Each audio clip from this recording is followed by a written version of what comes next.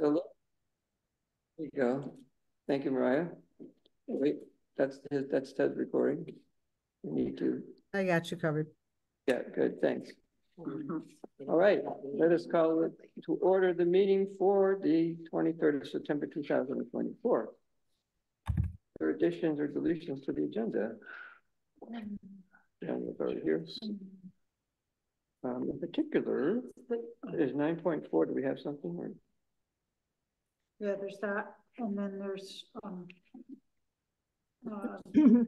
speed limit, the procedure for what we do, who does what, and when the board decides that they want the state to review the speed limit on a road. I mean, there's like a procedure that I know it got lost the last time. I'm not sure if it got lost this time. I think we did agree to go ahead. Right, but I talking about an actual procedure. I looked it up, and and I talked to Jack a little bit, and we need to make sure what the town is supposed to do is done. Well, even that we're doing it at all. Well, I did send the resolution that was passed by the town board. I sent that to oh geez, Tompkins County Transportation Department, perhaps. County Highway, you mean? County Highway, yeah, that sounds right. That's where it goes, right? Well, that's the first stop on the way to the state. The form TE9. Did you get that? No. Okay. All right. So that's well. We'll have to. I mean, I think there's some tweaks in it that need to talk with highway about. Sure. But is that it does what Mariah. Anyway, we'll put it on the agenda. Is that something you want to talk about tonight? Yeah. Just for a minute. It'd be nice to get rolling on it. Yeah, I thought we had. I thought we were. Well.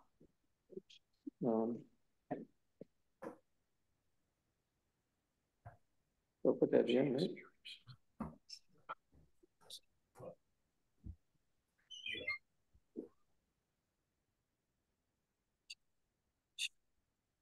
So, did you, when you said, regarding the disposition policy, is there something or not now? Yeah, there's something to think about for the next meeting. Okay. But you'll share it tonight. Yeah. Okay.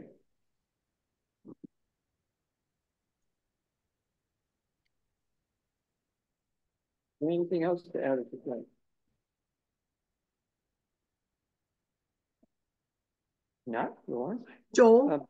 Yes. There is a resolution that goes along with, but it's just for, it's for some payroll accounts. But it is a resolution that would go in before you approve the abstract. Even though those account numbers don't appear on the abstract for the payroll, but it's still kind of getting in the habit of making sure that we're doing any budget transfers before we approve abstracts. Oh, is this with respect to the deputy clerk salary moving to project assistant salary? Yes, that's the budget transfers. Okay, I didn't see that. So that a little bit of it, just going. That should go before the warrant approval then. Yes. Budget transfer. Right up there where the supervisor's report is. Yeah. Well, right up near the supervisor's report, because it's it's showing up under the general fund account analysis. Did you say something about the deputy town clerks? Yeah, the deputy town coming from. It's just a suggestion, Mariah. The deputy town clerk's salary amount. There's still a lot in that line item, and more than probably will be used for the year. So when we go through this process of just doing some budget transfers, there was some in the pond and some in Mary Ann's, because Mary Ann put in some extra hours doing some things. So her line item has gone over quite a bit and is going over quite a bit. So it's just moving it around, but that doesn't restrict you from anything that you want to use your deputy for. You use your deputy, and if we have to move from another account, we will. It's just something that's happening right now in the month of September. Okay. So what do we want to do? You think it'd be good to deal with that under reports? Like before 7? I mean, right at the end of the. At the end of the. Yeah, right there where you have like the general fund account analysis, highway fund account analysis. That's the warrants.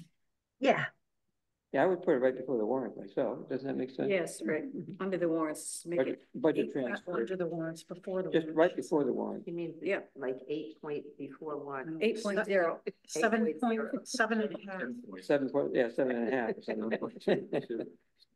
It would bump everything down, but anyway, there, okay. Anything else? If not, we can move on to privilege of the floor. Is there anyone who'd like to address the floor?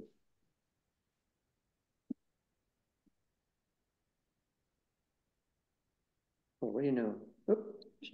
Suddenly the hands go up. Who jumped first? I'm not sure. I think Rhonda.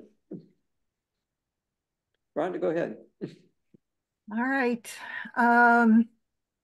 I have 4 things that I want to talk about, so I hope I remember them all.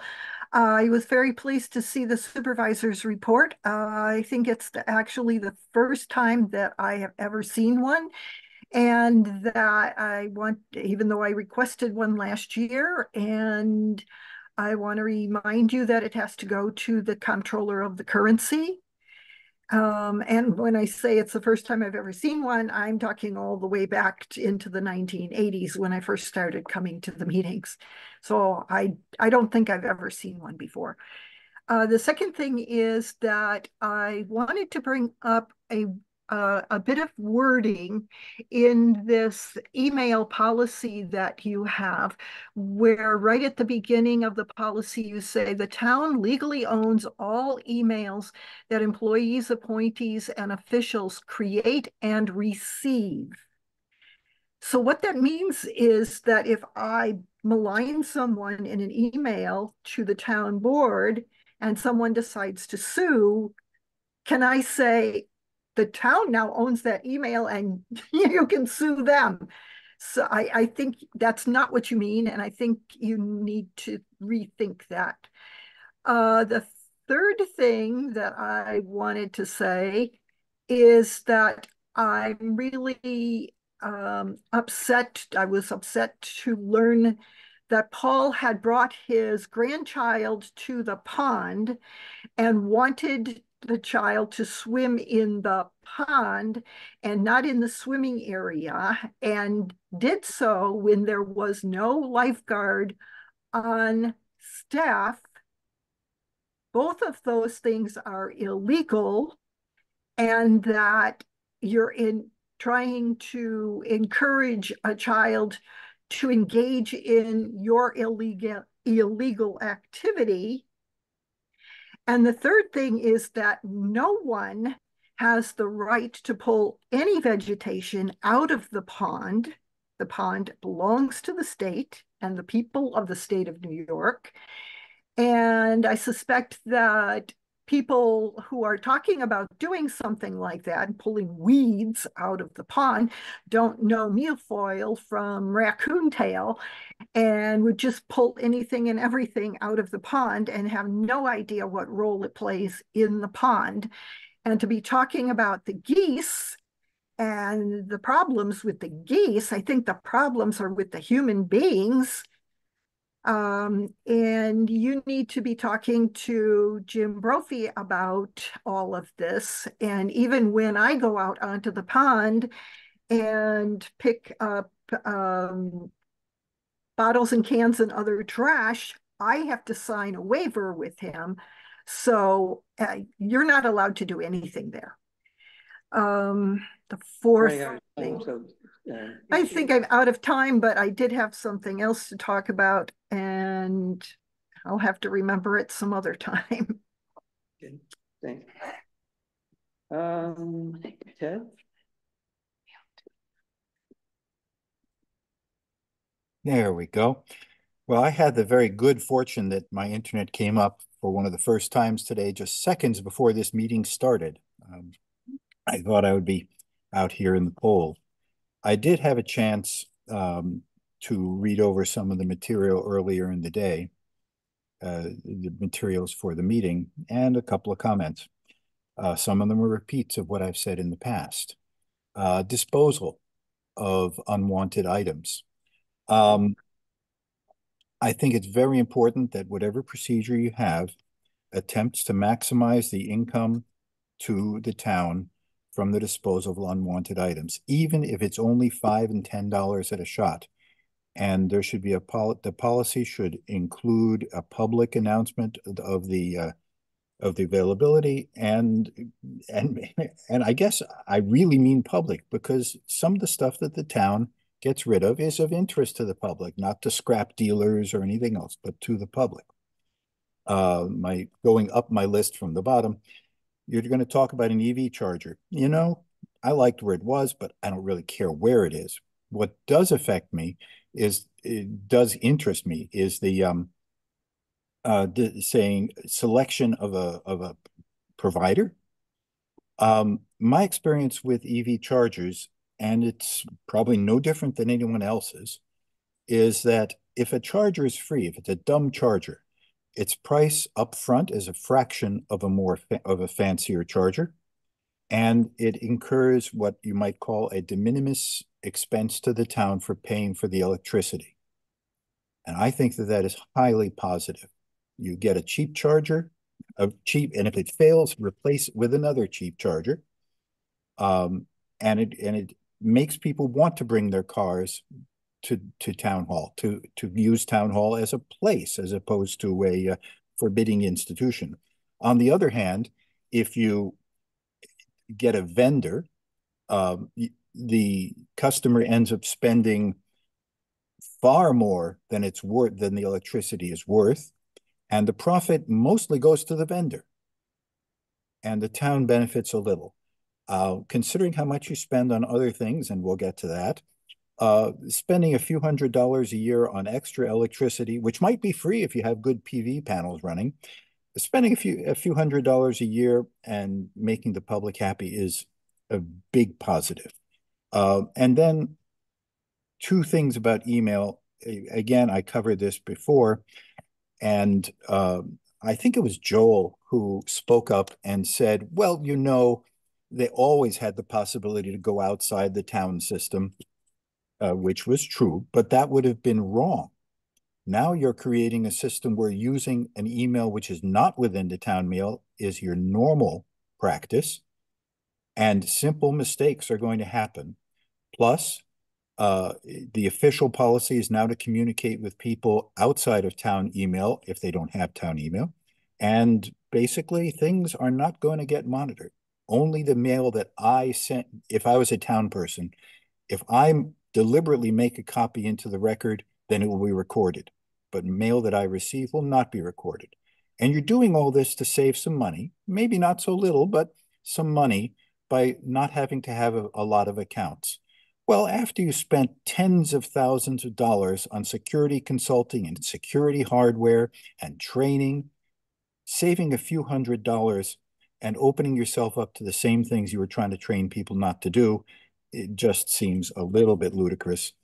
And I already mentioned this to Mariah, but in that proposed agreement that a email user would have to sign, it starts off by saying that the town email account is to be used primarily for town business. No, the word is exclusively. There could be extenuating circumstances where you have to put a personal message in there. I can see it. But the bottom line rule is exclusively for town mail, not for anything private. And that's actually part of keeping records. And with that, I think I've run out of all the stuff I found. Thank you for listening. I appreciate it. You're welcome. Gary? I just have a couple of things. I just wanted to let the town board know that the repairs have been made to the security system. They came in and fixed them today. So both Steve and Mariah are back up and running, and the one camera that was down had to be replaced. And it all seemed to be from the last power outage that we had. And when it came back on, I don't know what it did, but that seemed to be what the problem was. So it is all up and running now finally. But I had one more thing, on, when we get communications, I know it was brought up last week and Mariah read something from Rhonda. And I can't remember what you said, Joel, that, something about, it shouldn't have been read, or that's not the procedure. I can't remember what you said. That is what I said, but, Something like that. and I was talking to Ryan about this afternoon, because I couldn't remember where, because we did decide this and put it in the policy, but the question, where is it? Which policy? Because I couldn't find I it, know where it is. because, I had my stuff. But my question was, if we're going to have communications, and if they're not going to be read, can at least Mariah maybe say who it's from and what the subject is, and Yeah, then that's what then put the letter online or something. yeah, and we That's need to what's- find it, but it's something like that is what the policy is. To summarize it. Yeah. instead of- Summarize it. for the- Well, I know when it's brought up like this, and you know, Correspondence. Mariah's asked if we have any communication, to say yes, and it just kind of drops then, so we don't know what it is, what it's about. Yeah, no, it should be at least summarized, and Yeah. and I think that there's a In the policy, correspondence. policy. there's a correspondence policy, okay, so we should just revisit and remind ourselves what the policy is, and then we can share Okay, that. that's all I had then. Thanks, Gary. Speaking of correspondence, do we have any official correspondence? Mariah? Well, we did have a letter to the board from Blake Savoy with a suggestion about the language in the tax it's not the tax cap, the first law. Because of what, seniors exemption, was it? Yes, Blake suggested language changes. And I suppose when that's on the agenda, I can publish the letter at that time. Until we find the correspondence policy. Right. Well, I mean, we Just talk about what the. I mean, we asked them to make suggestions, and if I had noticed it, I would have perhaps Yeah. run it by the board to see if this looks like what we want, and then we could run it by Guy. But I'll have to do it next time. Is it on the agenda? No. No, Oh, do we want to put it on the agenda? I thought it was going to be on the agenda. Which Rewording that local law. well, do we have it though? Hmm? We have Blake's suggestions? Yes, Yeah. we do. He sent an email. I don't have it printed out. Yeah, man, he Printed sent it it on out. Friday, and I didn't get the chance to look at it at all. It's a simple, Yeah, I'm sure it is. So we can do it at the next meeting. We should make sure it's on the agenda for the next meeting in advance and Yeah. publicized so people can look at it. Yep. okay, thank you. That's all I have. And we could at this point say, run it by Guy. Yes. Exactly. Is it too late for public He comment? missed the privilege of the floor. On what? Yeah, where were you with privilege of the floor? I was waiting. Listening. That's okay. Fine.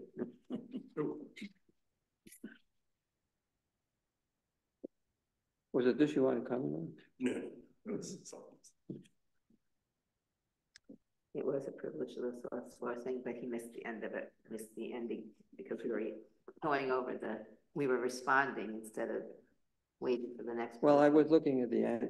I didn't see you raise your hand, but. well, Or would I come back to it?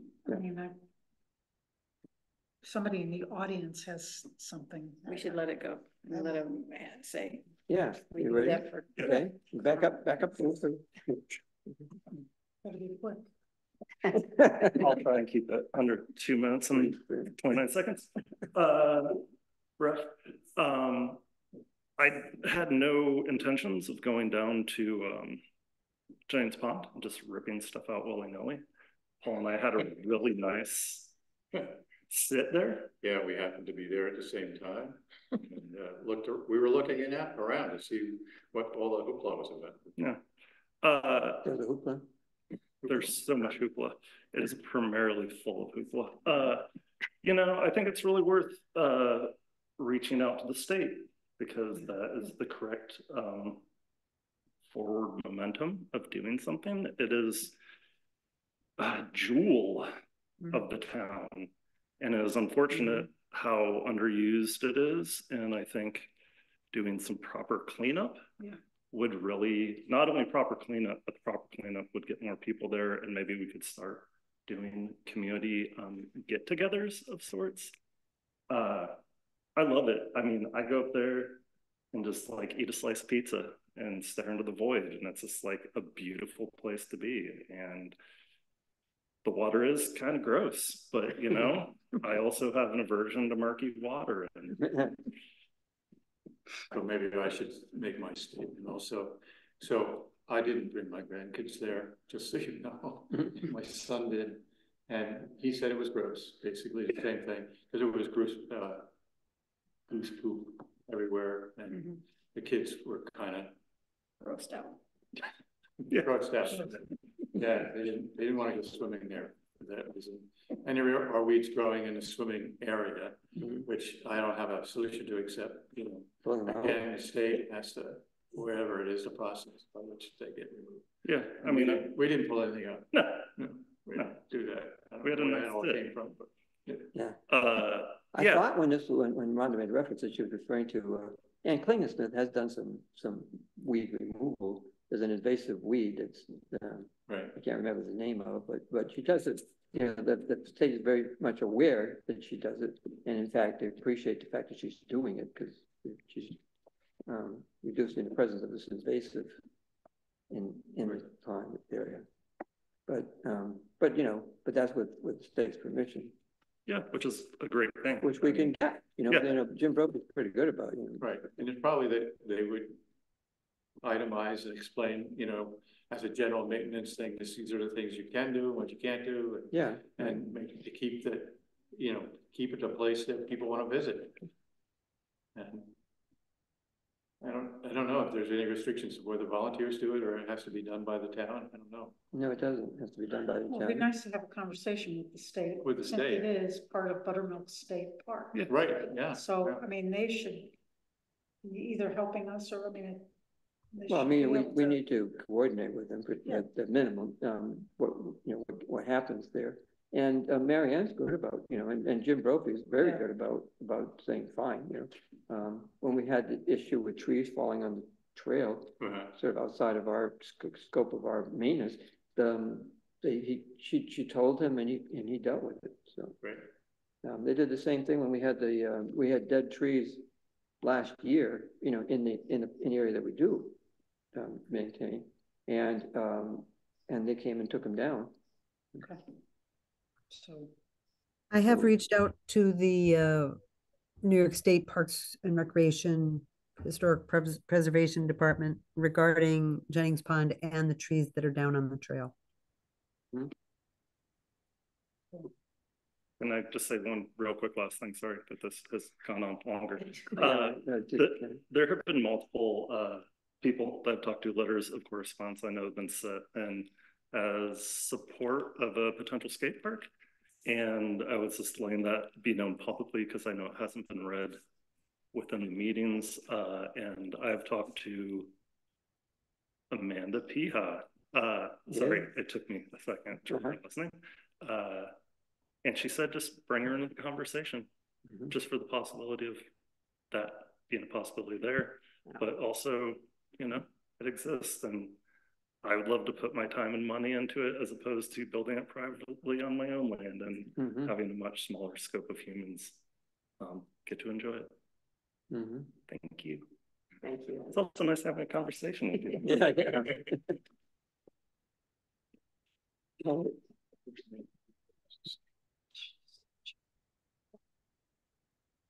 not a lot of local guys. Yeah, right. DCPA. Do we do announcements? No. Are there any?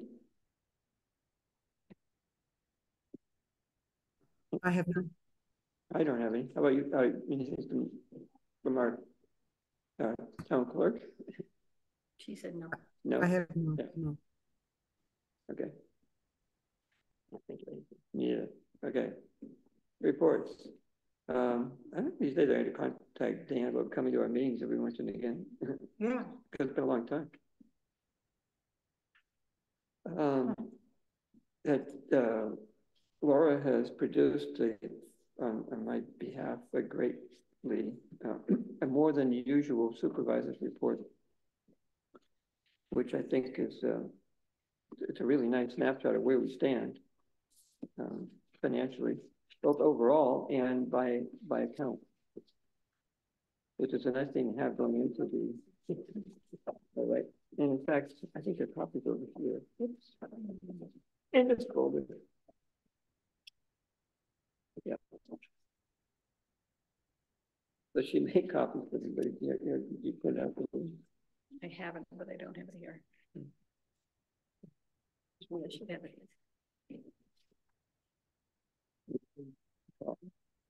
What?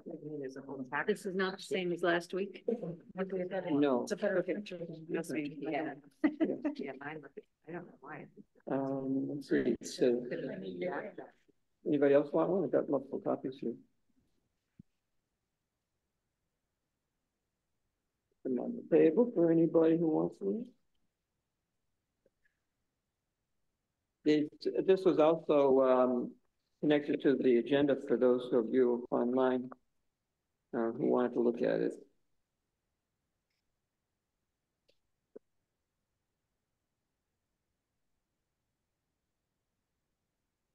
So it tells us that we have money in the bank. The only thing it doesn't tell you is, what's the balance in each account. For that, you'd have to look at the bank statements, which, if anybody wants to, not anybody, but if the board member would like to, that's not information that we would share with the public, but if the board, in its capacity of providing oversight, would like to look at them, I'd be happy to share that information. Joel, Yes. those amounts are I think I know what you mean. Never mind. Yeah, I mean, those are taken right off the bank statements. There were. They don't include proprietary information. Right.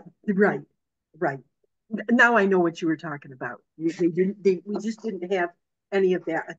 We haven't attached any of that, but that lets everybody know what the financial situation is cash wise for the town. And I know that in the past, when we have done supervisors reports, way back, the one report that was coming off of the system, it was kind of like a report that didn't really mean a whole lot. It didn't really tell you a whole lot. And I think we will get back to having it right off the system. But I think that it would be, in my opinion, best to have these other things attached to it, saying this is what the budget is.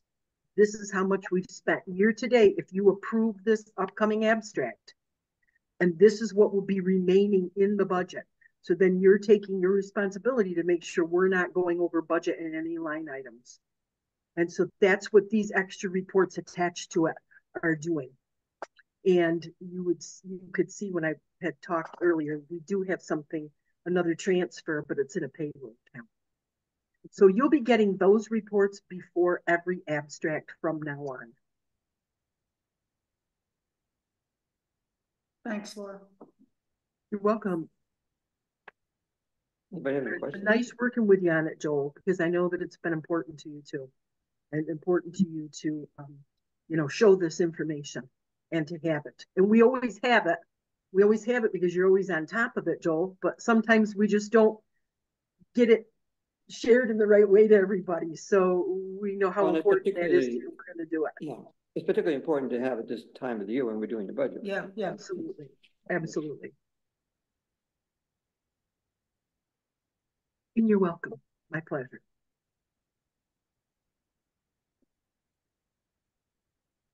Okay, minutes of the September 9th meeting.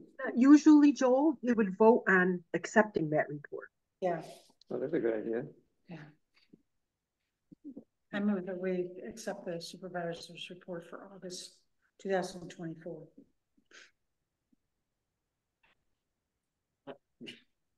I'm sorry, isn't it always you? It doesn't have to be. This is the first time we have ever done this, so it's nobody to this point in time. There's no president, Paul, if you want to be the start one. I'm a traditionalist, I'm just waiting. Well, as I say, this is, What we're doing is just, we're looking for a second, yeah. simply accept if we need, there's, that just did it. Okay, There we go. Appropriate response. yes. Any discussion? No, okay. Mariah? Connors, Yes. Hanson, Yes. Hunter, Yes, Woodworth, Yes, Gagnon. A good question. Should I vote on it? You're just Accept voting. accept my own report. You're just are you accepting. accepting it? It's to the, You know, it's my report to the board, I'm gonna, but I'm part of the board, so, abstain if you want, I don't know. doesn't matter. Doesn't really matter. No pose. I mean, I'm certainly not opposed. Abstain. I think it might be appropriate to abstain. right, staying in that one. Very good. Thank you. All right, the minutes of the 9th of September, which were pretty extensive and quite good. And I actually reviewed them. I move that we accept the September 9th, 2024 meeting minutes. As amended up to the minute. Yeah, I'll second that. The general funds and the highway funds. That's coming up next. Oh, We're doing the meeting minutes right now. Well, wait, a Yeah. minute, we skipped through. we No, no, skipped- go. No, we're They're number getting 7. about that.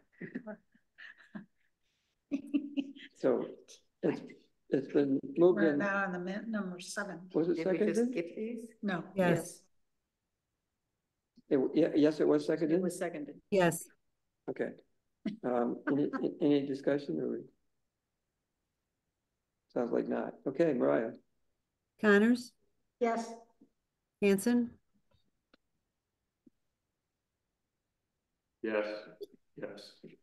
Hunter, Yes. Woodworth, Yes. Gagnon. Yes.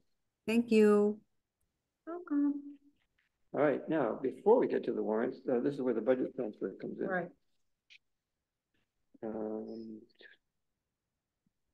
I didn't see it, but you have a copy. Yeah. Why don't you move it? That's not it. It moved. I had it. It's right here.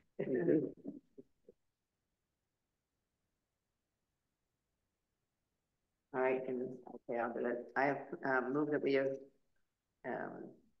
approved the transfer of budgeted funds between accounts. I don't know what the number is. What resolution number? What resolution? No, Yep. Mariah, can you put that? Resolution number, blah, blah, blah. Okay. As You want me to enumerated, read the rest as of it? enumerated on the. Whereas it is necessary to do budget transfers between accounts when amounts are over budget and certain line items. Resolved that the town board approves the following budget transfers between accounts from A1410.110 deputy town clerk salary to A1410.113 project assistant salary in the amount of $3,000. And second, from A1410.110 deputy town clerk salary to A7150.100 to the lifeguard salary and the amount of $720. And these are over budget items, so we're getting the money for it. Yeah. I'll second that. Right on. You go, girl. Okay, so a discussion. What's a project assistant that we refer to? Blake, That would be Blake. Oh, that's Blake. Okay. No, Blake, what this project, this is Mary Ann. Blake's amount I've been taking out of an account that we had here for like an assistant. That Mariah, well, it was some money that was set aside for extra help, actually. So, but this is Mary Ann. Mary Ann started working an additional 6 hours. Oh, And she was doing something for you, Mariah, something that she said that you had extra paperwork or extra work that needed stuff that needed to be sorted. So I'm not really sure exactly what it was for, but I know that that's what was looked at, and that she had said she had talked about that for those extra hours. The box of stuff that was left in the office? Could be. I'm not really sure what it was, Mariah. Okay. Right. I thought she had extra hours because there's always trying, you know, she always wasn't willing to put in any additional time. So that's kind of nice that we're dealing some of this stuff that's accumulated. I just wasn't clear to me who was being referred to when yeah. Good point. And for your deputy line, Mariah, that was there, I took the average of what Cindy gets paid, you know, what her hours that she makes.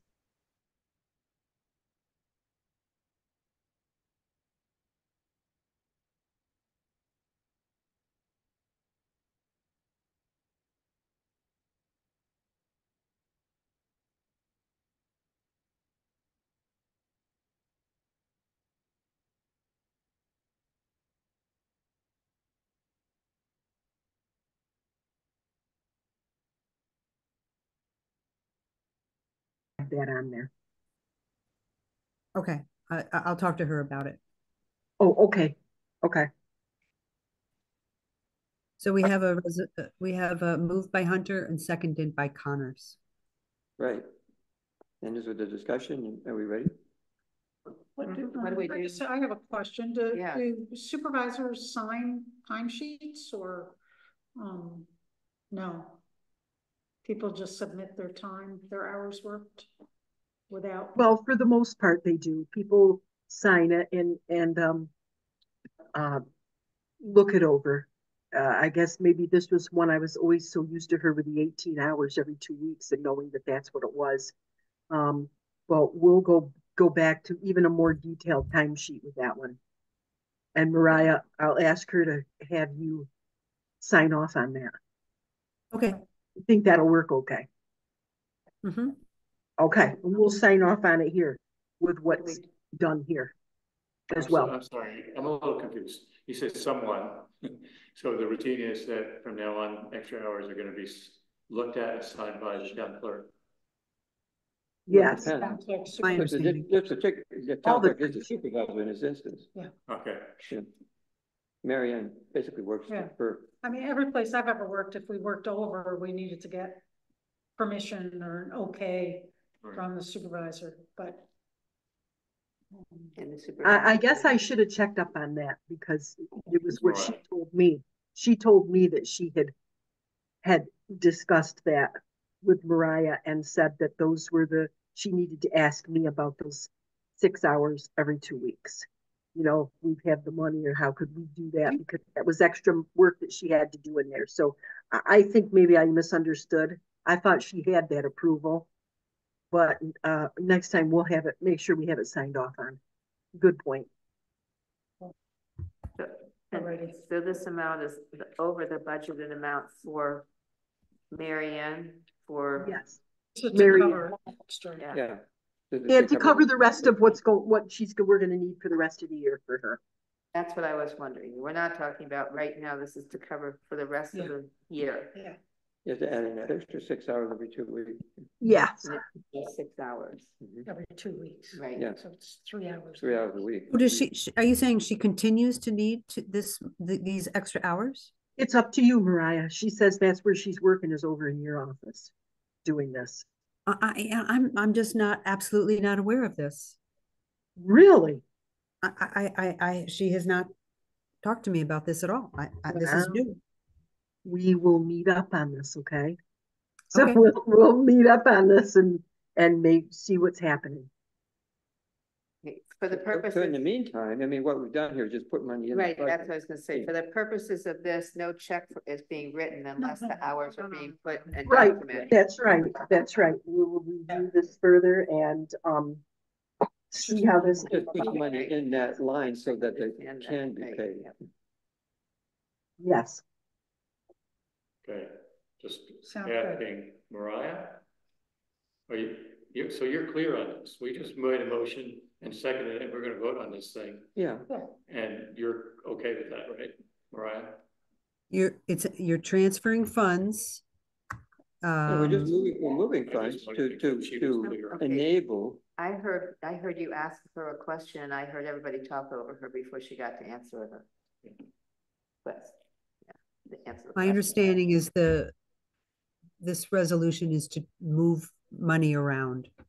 Yeah, It's that's right. not paying anybody extra. Right. It's moving money.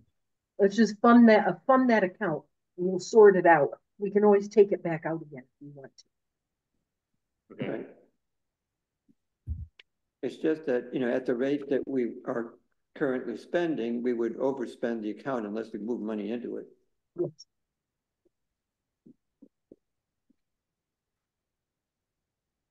Are we ready for vote now? Okay. Connors, Yes. Hanson, Yes. Hunter, Yes. Woodworth, Yes, Gagnon. Yes. Thank you.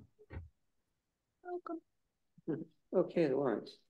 It came to my attention that there's a missing item in the general fund. And I've got the documentation. We got a bill from Renee Carver for our Zoom account. And I made a copy of it so you'll see it if you want to. That's the documentation, but we have this really great deal that we got worked out. When COVID hit back in 2020, Renee Carver, who was in a position to do it, arranged for municipalities to have free Zoom accounts so that they could do their meetings by video conference. And that went on for a couple of years. And then at some point, Zoom said, well, hey, shouldn't be free forever. So Renee negotiated a really good deal where for $90 a year, per account, we can have Zoom. So we have been using Zoom, and we're using it right now for our public-facing meetings. In fact, we use it for all of our meetings until 365 came along, and now we're doing Teams meetings for our sort of internal ones. But it doesn't work as well for the public-facing stuff. But for $90 a year, this is one hell of a deal. So the bill is basically for the next year, $90 for a Zoom account. When we talked about this last year, and we did, you may recall, we used to have 3 accounts. We had one for the clerk, one for the supervisor, and one for the planner. And we decided that we could probably get by with one when it started charging for them. The only risk is that if you have only one account, you can only have one meeting at a time. So it made it impossible to have more than one meeting at a time. But rarely, if ever, do we have a situation where we have more than one meeting. And now that we've got Teams as an alternative place, we could have more than one meeting at a time as long as one was a team meeting and the other was Zoom. When is this due? there's no deadline on it. When is it due? It was due September 20th, I think, or And why isn't it, why wasn't it given to the, it was. I don't know sure why I didn't make the abstract because it came to the clerk and to me, and it didn't go to Laura. So I forwarded to Laura and to Julia and requested that it be added to the abstract. I don't know why it wasn't added to the abstract, but it's an oversight, and there's an awful lot of things to be considered when putting it on the abstract. But anyway, that one didn't get on. But it'd be nice to pay it timely because we were notified in August that the expiration was in September. I think he said the 20th. And did we want to continue? And I missed that notification. So what I did get was the one 2 days before it was due saying, well, do you or don't you? And I said, we certainly do. Please send us an invoice. And this is the invoice that he sent. And it continues as Zoom account for another year. Okay, can we add it to the general fund? Yeah. Okay. It adds $90 to the total that's So- there. Okay, so, You probably should have its own voucher number. huh? Probably should have its own voucher number. Yeah, 312. 312, right? I move the general fund vouchers 281 through 312 for $44,846.94. Second.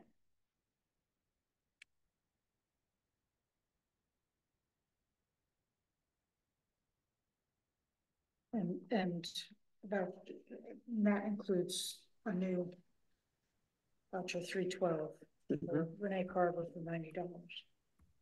I had a question on the general fund. It's been moved and seconded, right?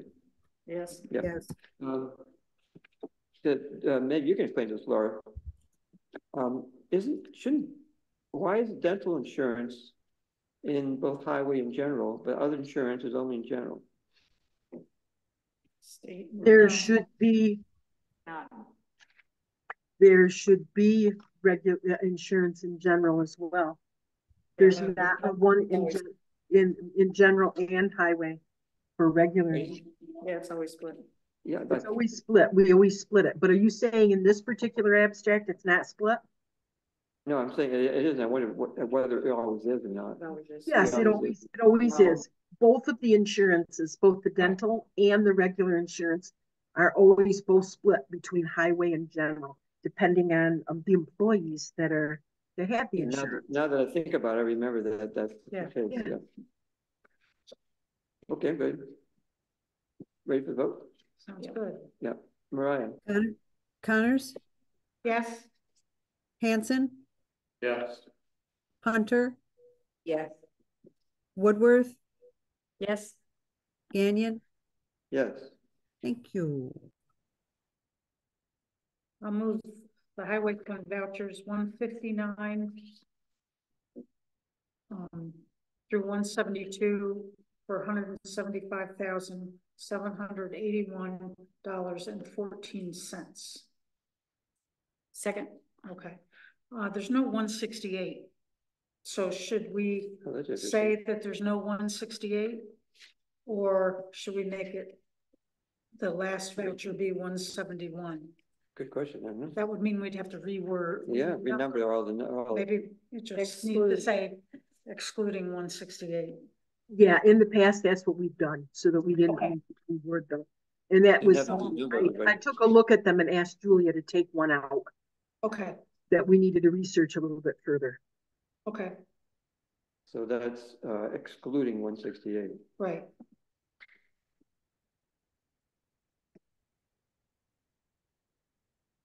Okay, good catch. Other comments? Okay, Mariah.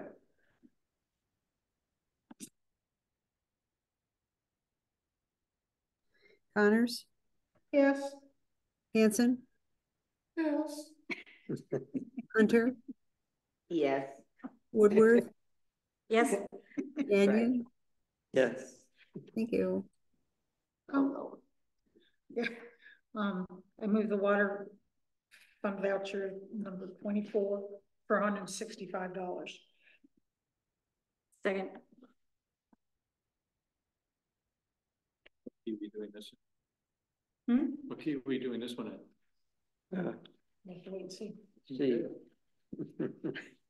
Connors, Yes. Hanson, Yes. Hunter, I, I know it's been a while. sorry. Woodworth, Yes. Gagnon. Yes. Thank you. Thanks, everybody. Okay. Business. Email policy. I think I got this wrong. We actually approved the email policy last time. We did. What we didn't do, what was left undone was a statement, not a statement, a form that was to be generated. Right. I think Leslie was going to work on it. that that people would sign when they were appointed or elected. Right. To indicate that they understood the policy and what they were, how it was to be, how email was to be handled. If they choose to have their own account or use a town email account. Yeah. And that hasn't happened yet, right? That form, or did it? Oh, no, yeah, we got a draft. Do you? Yeah. Uh-huh. I have a few I haven't seen it with it. comments. Yeah. I mean,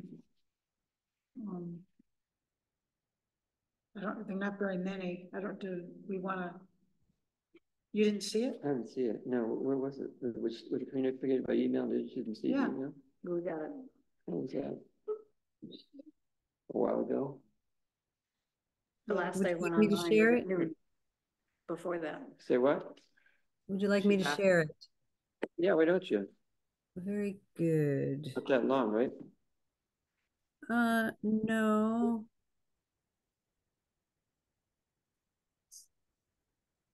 See if I can.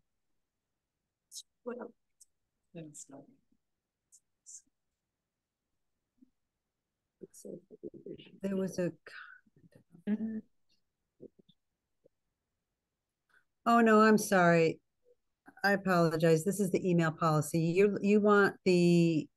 Form, The right? use of email agreement. Right. Yeah. Hold on. The form is going to accompany the policy for appointed or elected folks to sign, indicating that they understand the policy and and how they are to use email in their official capacities. Very good. Hold the phone here. Oops, that's not it. There we go. Hopefully I'm sharing the right thing. Yeah. Yep, that's right. That's it. Okay. Can you make it bigger? I can. Did you see my comments, Mariah? No, I did not. Are they on this? Probably been busy. I just had a couple things. Did anybody else read it? No, I hadn't seen it. Read it. Right at the beginning, or? Yeah, up at the beginning. Oh, Yeah. sorry. No, that's okay. I mean, I know it's not, well, it's part of a policy, an addendum or whatever you want to call it, but I always like to see adopted and revised. You've got a date up there, but adopted and revised spaces at the top. Suddenly disappeared. Sorry. Pardon me. Sorry, I'm trying to open. We're having fun now. There we go. Oh, sorry. That's all right. You do better than I do. But anyway, I always say that. Say what? That I want the dates adopted and revised. Yes. So that we know what we're looking at. Yeah. I mean, I thought Ted had a good point, actually. no, well, that's about too that bad. inclusively. Well, I had on here, town officials and employees shall use their town of Danby email for work-related purposes only. Well, yeah, that's yes, but that's not what I just saw on the screen before it disappeared. No, it wasn't on. It said primarily. Okay, so I'm suggesting we change that. Okay. That we scratch primarily and put only at the end. Okay. I thought everything else. So you're gonna put it back, right? Is this it? Are you guys seeing this? No. How come? Oh, here we go. Now, can you see it? Now it's it. Very good. So we're taking out primarily and adding only. No, for work-related purposes only. I mean. It's okay there. Yeah. It's a little. Only, that works too. Yeah. You're using the email for work-related purposes. Anyway. Okay. So then nothing on that first page. I thought it all looked really good. I'm trying to see what I put here. On the second page where it's employees must, Yeah, the second dot. So this implies you're talking about a town email, right? Remember passwords, and then I would put either a comma or parentheses around instead of writing them down. It was just. What you have to memorize your password that you're saying? I don't know if I write them down.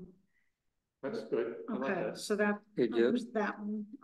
And then starting with the dot where it says avoid. Where are we now? All the rest of the dots never remember them. should be, Indented. because they all indented, thanks, because they're all related to the also employees. What? All the rest of those from there down should be moved indented. Indented. Be moved. No, not No, that. not removed, No. just indented, moved over. So the next one down. In other words, they don't deserve their own bullet. No, not that one. What? No, she's doing it. That's it? That's where you wanted to start? Yeah, because they're all related to that. They're all related to that bullet, so they don't deserve bullets of their own. No, I had little blank circles, Yeah, whatever. but, huh? That's a formatting thing.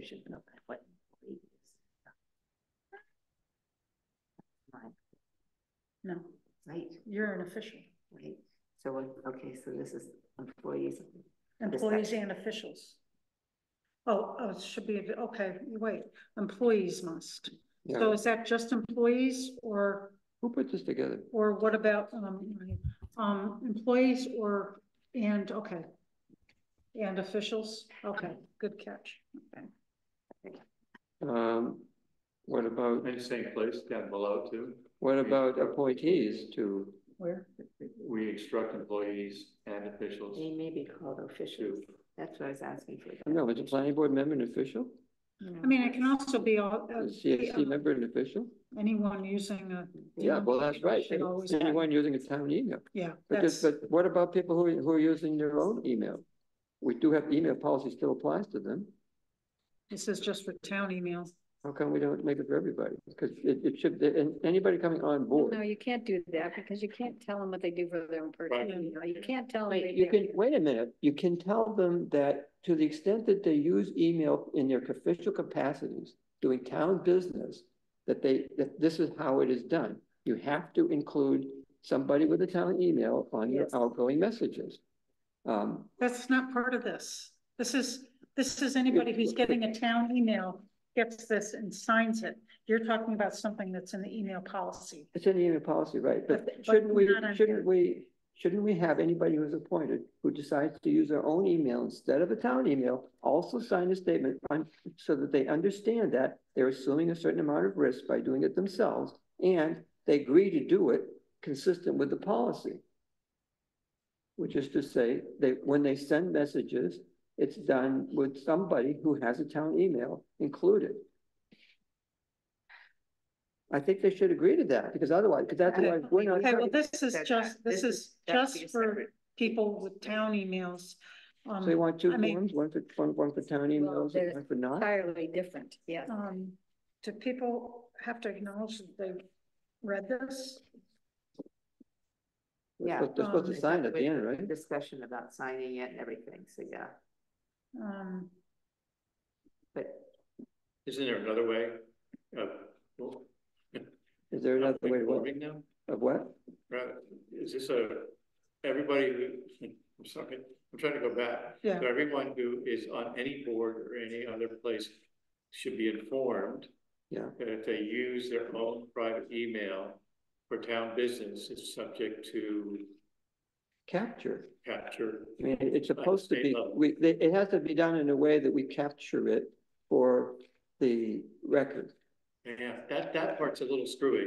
If the state or whoever it is, or enforcing agency wants to go after them, that's what we're informing them that they may be gone after, right?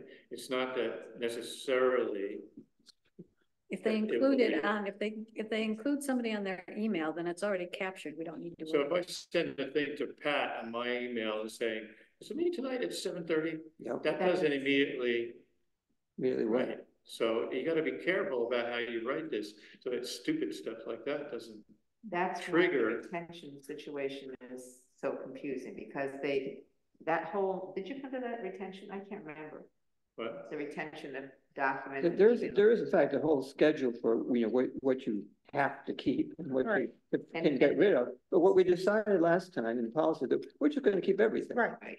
So, So it'll be there. because we don't have time to sort it out. So it's there. So yeah, so if you ask Pat, what time's the meeting? That's part of the record. We got it. Who's gonna ask? Well, yeah, we could do it on the town email. Yeah. Right. But if you, if Rhonda sends, well, not Rhonda, if somebody from the CAC sends a message to Rhonda, replying to something that she said, they have to include, and they're using their own email.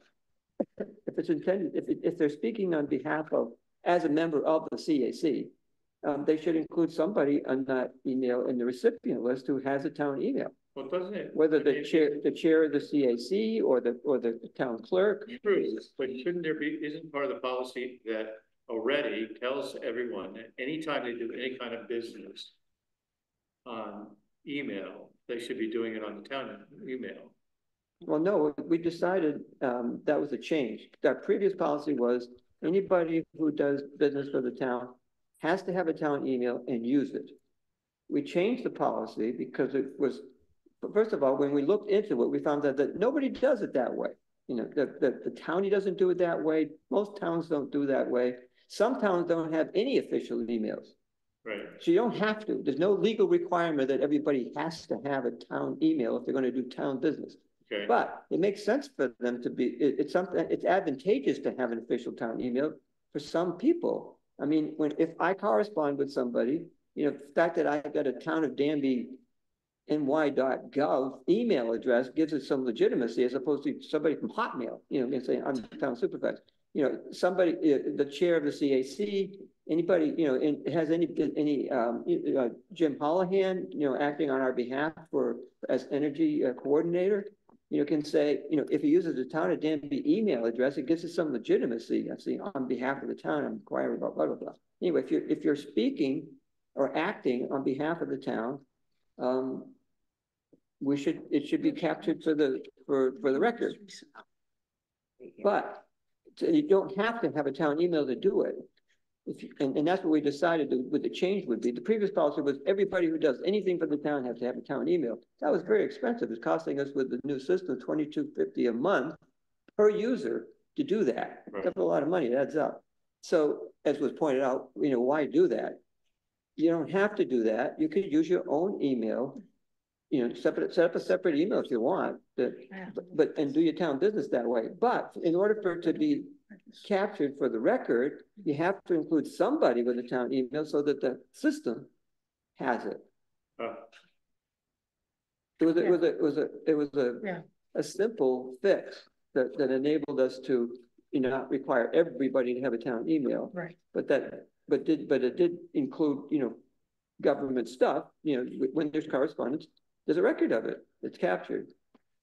So then that generates the need for this that Leslie identified to have a statement that people sign when they get on board to say, right. I'm aware of the policy, and I've decided I want a town email, or I've decided to use my own email, but I understand that when I do in my official capacity, I have to include somebody who's got a town email address.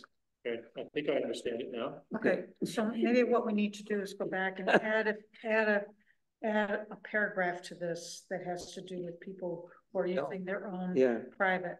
So let's do that then. Can we table it and come back to it? Yeah. That's what I would think. Is that all right, Mariah? We'll come up with a paragraph. Yeah, sure. I mean, I just added this sentence. Like I don't know if that works for you guys, but we can just go back to it.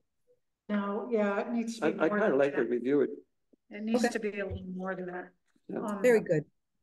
But just pick it up next time. Very good. And but making it clear that what we're coming back to is the form. I'm gonna cut. I gotta get to it. Okay. So which form? Well, we should just have one agreement thing, and part of it will be people with town emails, and the other part will be people who are using their personal email. I agree. Same thing. So I agree. it can just be you know, So that will come back up paragraph. next time. Okay.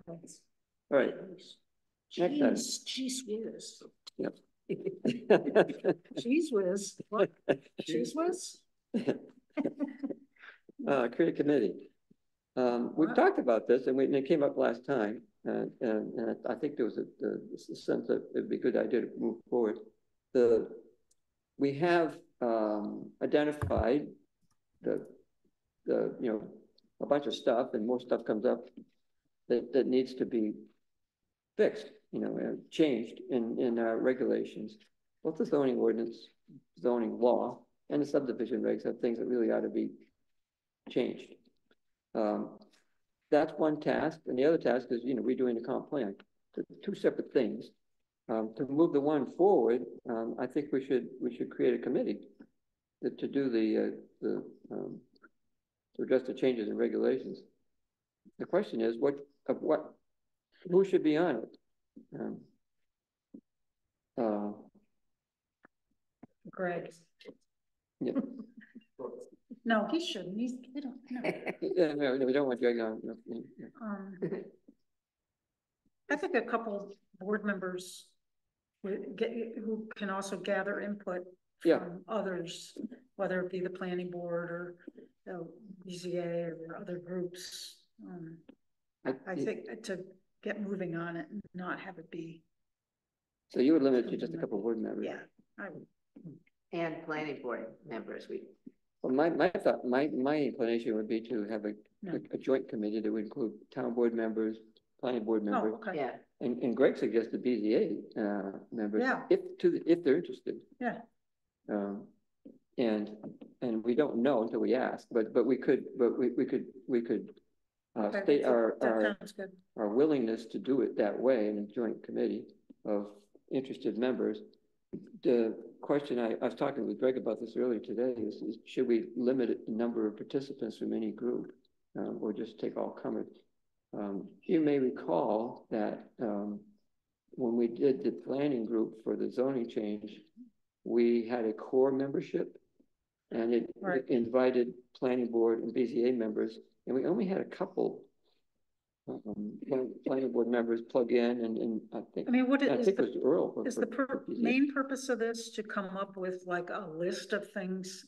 No, to come up with specific proposals. Okay, not just what. No, but both the what and the how, so to speak. What changes It just gets so complicated when it changes. I think 2 town board members, two planning board members, and somebody from the BZA might be good. I mean, I think the planning board, whoever is doing it can get input from other members. I'm counting up the number just because the greater the number, we're up to 5, 6. 6. Right. So Greg said earlier, up to 8 would probably be okay. Yeah, that's the classic, group kind of dynamic kind of thing. But I think if it changes, we have a group of people who are able to collect information and get feedback and ideas and stuff, then I think 6, I think 8's a lot, but. Yeah, 8 might be a lot. I think the probability of getting 8 is pretty slim anyway. Right. I think that the thought that we, maybe just putting the call out there to each of the boards, and and if everyone all of a sudden is interested, but then it might have to limit it. But I highly doubt it. I really can't see more than 2 people from the planning board being interested. Right. More than 1 or 2 on the BZA, and I could be totally wrong, and then we do have to limit it, but just going from there. Mm-hmm. I think Greg should be the one to put the request out. I think it should come from you to these 4 people. Like if you put a letter calling for assistance in this from the board, address it to the town board, the BZA, and the planning board. I'm happy to do that. The one thing though that just is, not to gum up this process, because we haven't talking about this since last year, is that we are going to be working on the comprehensive plan update next year. Yeah. And with its own separate committee that might have overlapping members, and that's fine. No that might add on, having 2 committee meetings per month. And, if the comprehensive plan is suggesting the town move in some direction, but the subdivisions or zoning are being tweaked in another direction, having those all sort of work in tandem, just might be, it might create a little bit of extra work in sort of making sure that there's alignment with that. You know, typically there's the comprehensive plan update and then you update your regulations, but oftentimes they're kind of done backwards. It's not uncommon for them to be done in tandem. I sat on when I lived in Trumansburg, I sat on a comprehensive plan and zoning revision committee, but we worked on one at a time. So we did the comp plan update and then pass that on to the town board for them to, and planning board for them to mull over, and then we started working on the zoning. What would you? That would make sense. But I was envisioning, like, I think, you know, you could have set a date for a time limit to at least because otherwise it just keeps, like we do, keep putting off. If you say for the next 2 months, we need to get revision ideas. I mean, I may be wrong, but, and then. Well, I don't know, but the thing is that the things we identified already, I think, are tweaks to what we passed in 2022 that are consistent with the existing comprehensive plan. Right. You know, it's conceivable that, you know, we might be, as you suggest, you know, moving in a direction that the comp plan might go in a different direction. I find it unlikely, but I'm kind of reluctant to say we're not going to make any changes, even though we identified things that need fixing, until after we redo the comp plan, because then, you know, we're ensure that whatever changes we make will be consistent with the revised comp plan. I didn't think did I misunderstand that somehow it was going to be comp plan first? That typically and normally that is the way, that's what you create a vision document. No, but I'm not going to be one of the members, so but I think that. But typically you do the vision first. Everybody. Look, my first reaction is, why the redundancy? You're going to be doing this next year. Well, there's no redundancy because the comp plan is not the same thing. And or contradictory possibility. That's the problem. Problems created by this more than anything else. Wait a minute, I didn't understand what you just said. He just said that some of we could make changes now that are not consistent with the change in the comprehensive plan, which is kind of stupid. Well, I mean, but I think there are some things, I think that's the other thing we could look at is some of those things are just kind of screw ups in what was done. They sort of, if they're not is significantly impacting the comprehensive plan, then we can work on those now. So it's not looking at your entire list that you had, but looking at some of those things that it seems silly not to do it now. That's not a official. I mean, I can think of two things. And that's a good, I think that's a good approach. So we could do a few of those minor things now, and anything that comes up that says, and then well, if that could change with a change comprehensive plan, then leave it. But we don't need a separate committee to do that, right? Yeah, because we wanted a separate committee because when it came up last time, some of them weren't trivial. So it's better to have people looking in advance because it took a lot of time and we couldn't decide at the meeting, so we want it done in advance. But then Greg is going to act like a governor to let them know that when they overstep the ground rules here. Well, I mean, it could be a joint discernment going on here. Yeah. You know, if it looks like this is something that might be affected by a change in the comprehensive plan, we could say, well, maybe we should wait. But you know, there's stuff that's pretty pressing that we haven't dealt with, like for instance the policy with regard to the agricultural activities and the scope of a permitted activity in other than a commercially zone, which we identified a long time ago. You look at me like, what are you talking about? I know. You're talking about the special permitting procedure. You know, you've been talking about advocating for some time for the cideries and such. Right now, currently, apart from the fact that agricultural activities that Ag and Markets defends as reasonably agricultural are exempt from restrictions that are in our zoning. We have no provision. But it was, there was, and I think CJ started talking about it, that we and it was basically trying to just set up some, not regulating ag activity, but just like a site plan review for ag development, which would be a citery, it's a driveway in the right place. Can the fire trucks get in there? Yeah. Is there a Screening, berm all with that screens stuff. for sound? Yeah. But I mean, that's a little more complicated than some of the others. Yeah, I've been, There was a long list before. but I mean, that was, Yeah, there was. we've run into this in the past, maybe not recently, but that's been a problem. Whether it be, Howland Road or the citeries that have gone in. Just to have some say over how things are set up and whether fire trucks can get in and Well, more and take care of importantly, your neighbors. is do we want to permit something beyond what can be regarded as an agricultural activity in a rural zone? I mean, what Steve Seelan is doing right now goes way beyond a tasting room. And it's not allowed under zoning currently in that to do what he's doing, basically. Unless, so we have, Okay, that's there's an issue. We should either call him on it and saying you're not, your tasting room's okay, but what you're doing is not okay. Or we should say, a lot of people like what you're doing and we ought to make some provision for allowing it. And if so, what are the conditions and what are we going to allow?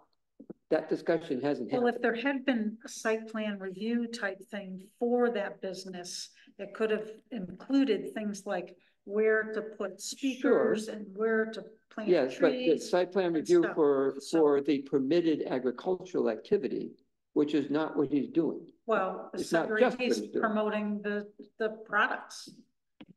I mean, well, that's what the character down here, I don't know if he's still gonna do it. Who's got the farm up on Miller,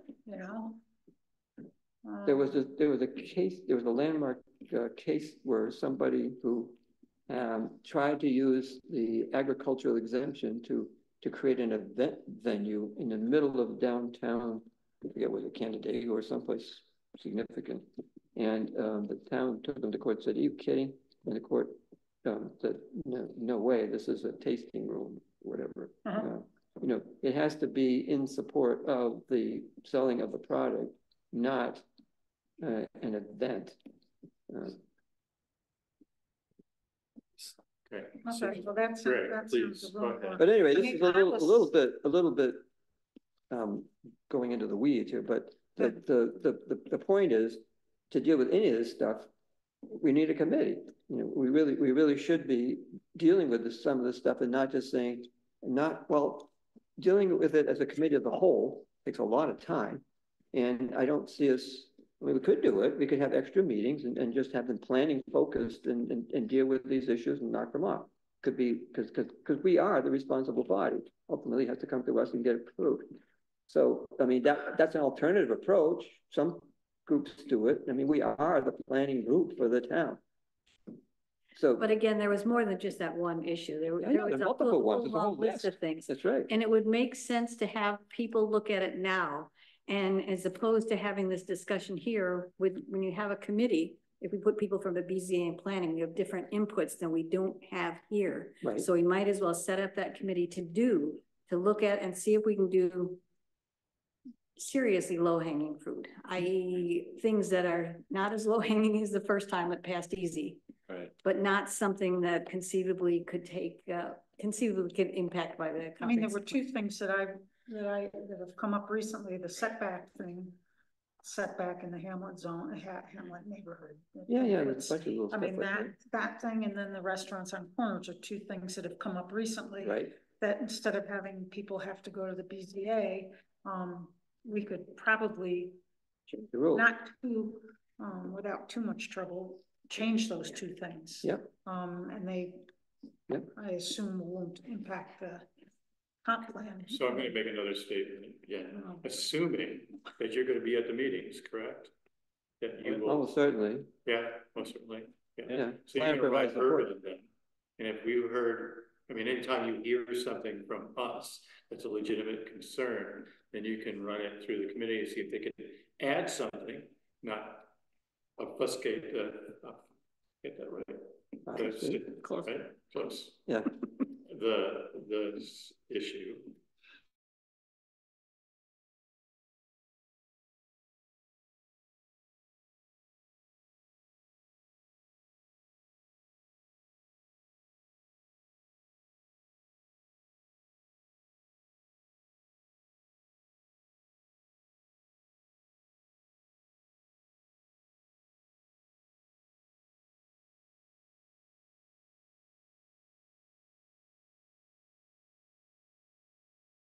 Litigated a number of times, from what I remember. Sealant stuff was litigated, and I mean, it really was coming to the zoning Another office instances, you to know. limit what his thing should have been. It should have been done at the outset, because it has been. I mean, tell me if I'm not getting this right.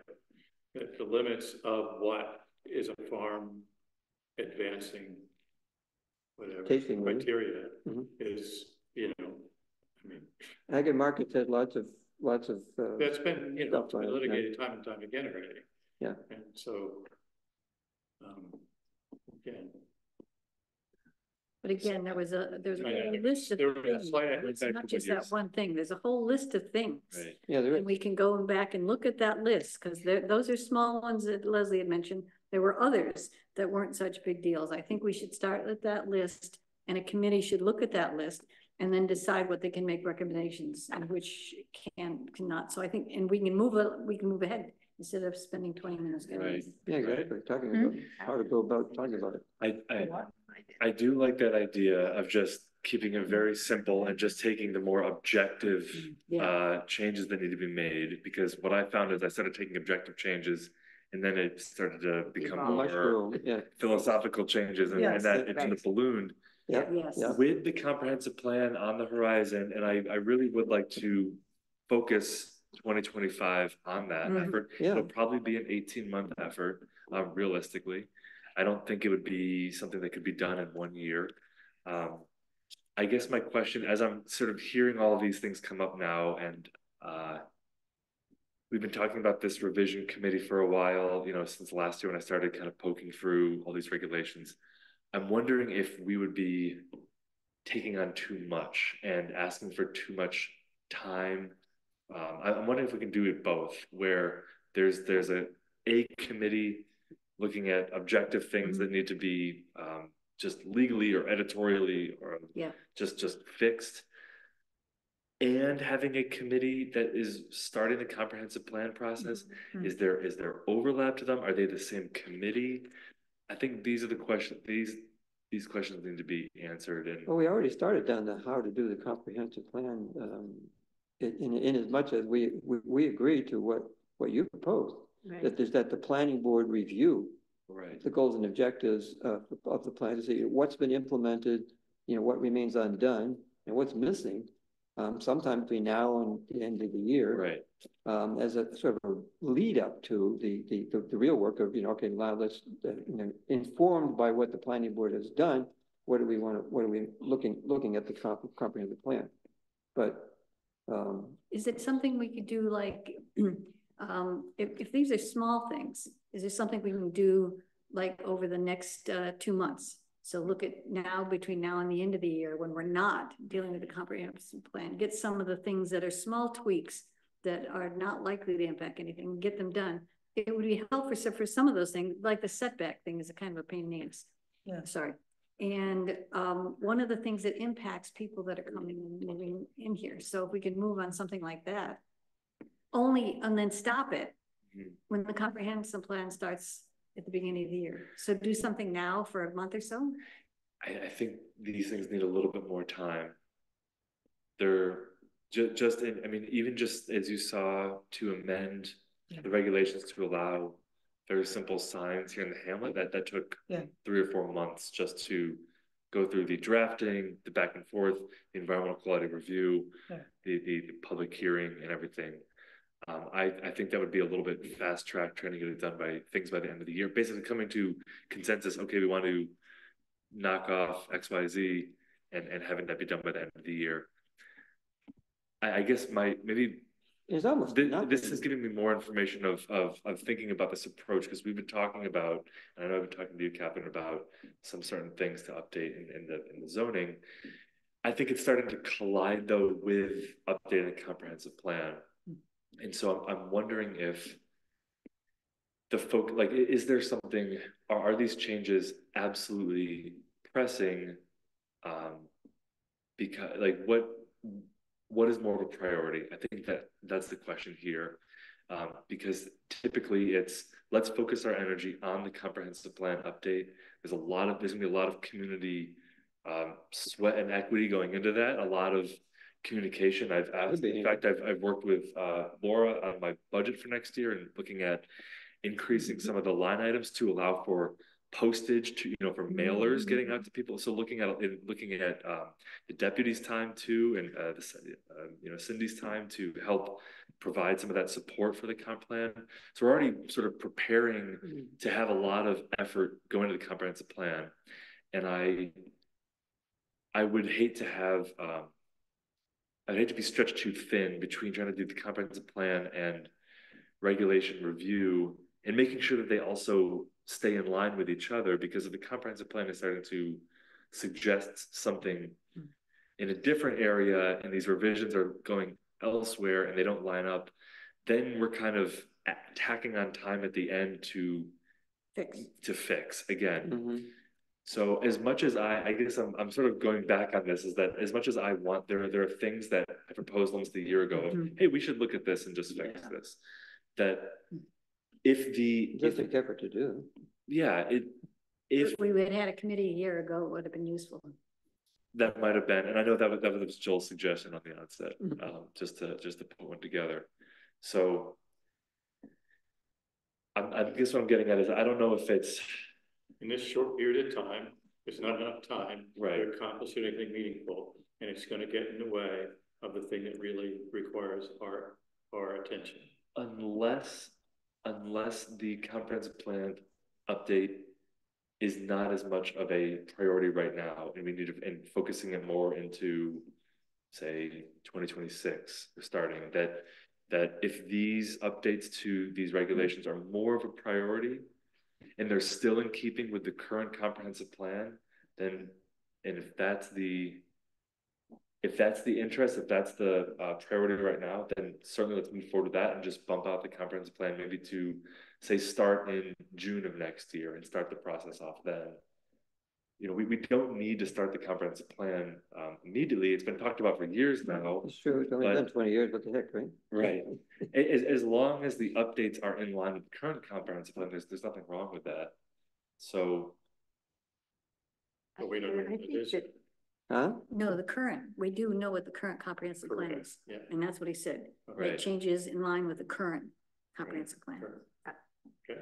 I'm thinking that I was trying to think of all these ways that could help people, because that's the problem is, the more we push this out and the more we push all of these things out, and our times have changed a lot, and because of economic lots of things are affecting how people operate in a town or on a piece of property or whatever. So right now what we have is people who, we want to have a poor town, we want to have businesses, we want to have population centered, and some of the current rules don't let that happen. And so if there's a way to, and that's consistent with the current comprehensive plan. So then, so that to me is one of our problems, is that it looks like we're not listening. I think maybe it is a good idea is just to postpone that comprehensive plan for about 6 months. So enough time, it's right. And this may be, it's only been 20 years. What's the matter? I know, and I know we've been talking. We sat late last meeting talking about this committee and gearing it up.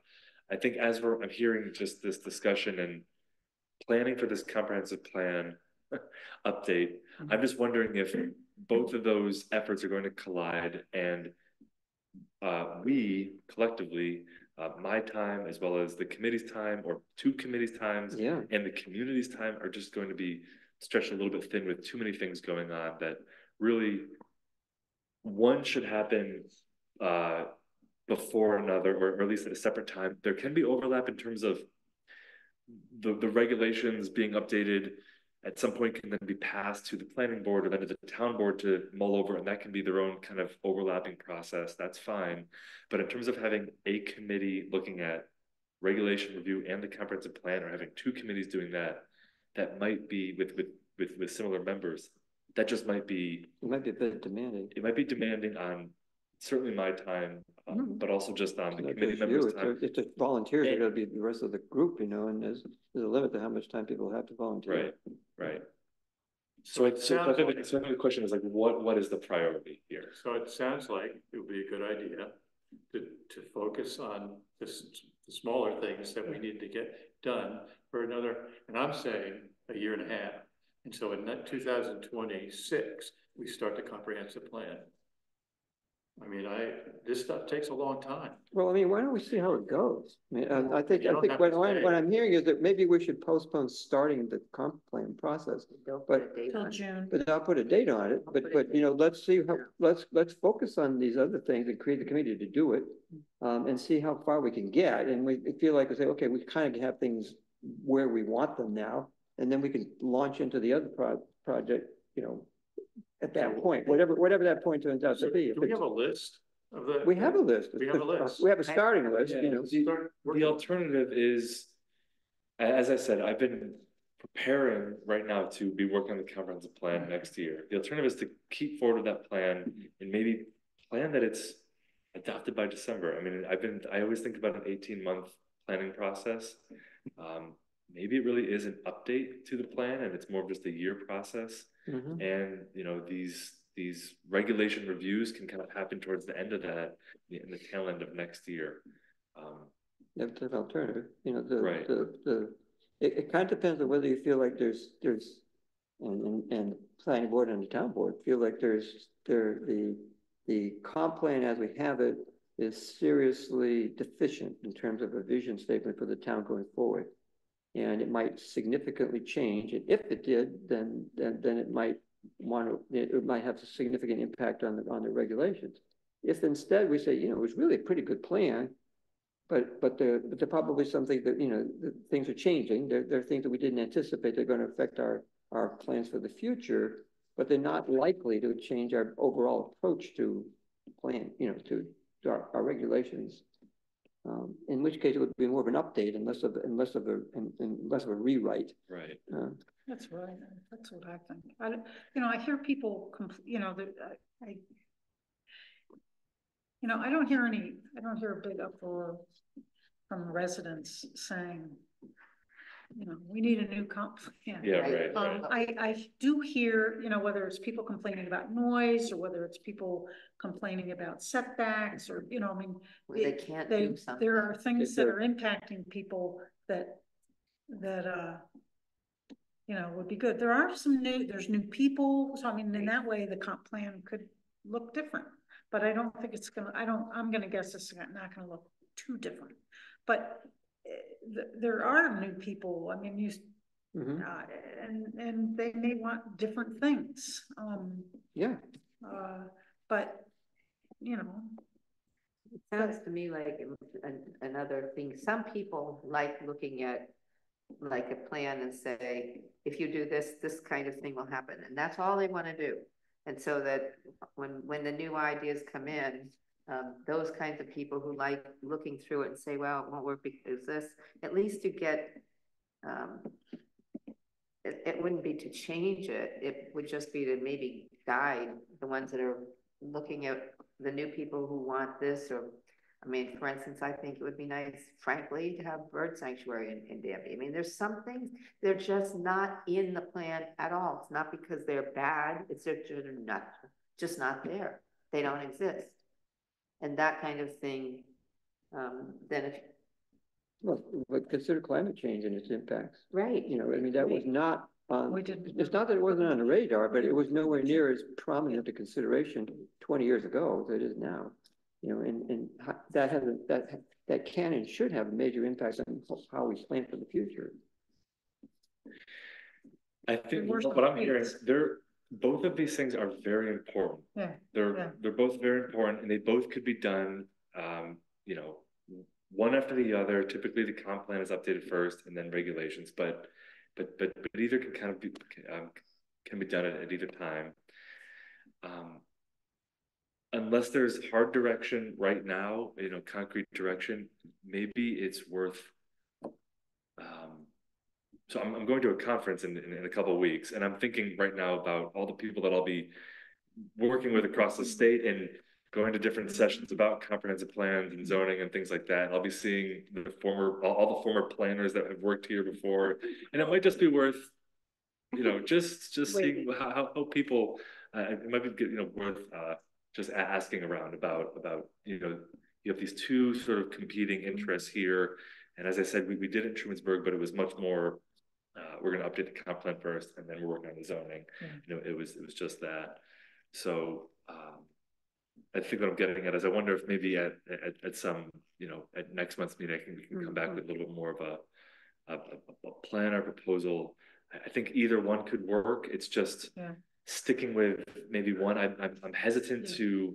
I think my message here after all this discussion is it'd be too much to do both. No, I think you're right about that. Yeah. So we really need to decide whether we want to do the, you know, the tweaks and then the comp plan, or whether we want to do the comp plan and then the tweaks. Or I mean, I some feel like tweaks we and did, not the other. you know, we did the zoning That's fine. without being. Yeah, I know. I know how to decide where to. Okay, here's another one. We all have sort of varying opinions, and we're not the experts. I think Greg is the expert. I would love to see him take the lead on this and really make it come to a, you know, a rational, planning directed kind of idea of how this should proceed, and say, this is how it should line out. And this is the most sensible way to move forward at this time. And it makes sense to me as the planner, because we're going to be taking a lot of advice from you and how this goes forward. And I'm going to really bend to your advice or depend on you a lot to guide me through this process. And if you can get more information going to this conference, I'm perfectly happy. We don't have to do anything for 2 weeks. We can wait till the next meeting. That certainly isn't a rush. And that would help you come up with help us. Yeah. And I think it'll be cool for you too. Right. And I think over these next few months, when I working with, my plan is to October, November, December, work with the planning board on reviewing the goals. And that might also bring things to light about should we be updating this plan, or should we be focusing more on the regulatory side of things? And that's true. That might be, so if they can just get to it. Right. And so maybe it's not something by October, say a report to the town board, maybe it's a report by, you know, in December, there's or you know, a couple months. Here's how I think that we should move forward with these updates collectively. So I know it seems like I hear from each of you in different things about certain little things hint points in the, you know, very specific things that could be changed. And right, as you saw with the sign thing, we certainly could just take one and just move it forward. But as you saw, it does take a lot of energy to do that. And, you know, sometimes having a more holistic approach to it is just better overall to kind of capture everything. I confess a certain amount of frustration, though, at the things that aren't getting done planning wise, because it's my main concern. What are you alluding to? The list of things that you know, we identified, and we have no mechanism for dealing with them. And now we're saying, well, maybe we'll deal with them, and maybe we'll wait till after we do the comp plan to deal with them. And again, that's an important thing to look at first. Because if we deal with them first, and then we have to redo everything afterwards, that's a huge waste of everybody's time. Well, maybe Greg could do what he needs to do. You know, maybe generating or finding that list and just looking at it. Certainly the things, I think the things that are legally at issue, or editorially, or just objectively at issue at odds with each other, those are things that are on my plate that I should be able to just work through and propose, you know, here and there to the board. The problem is I just haven't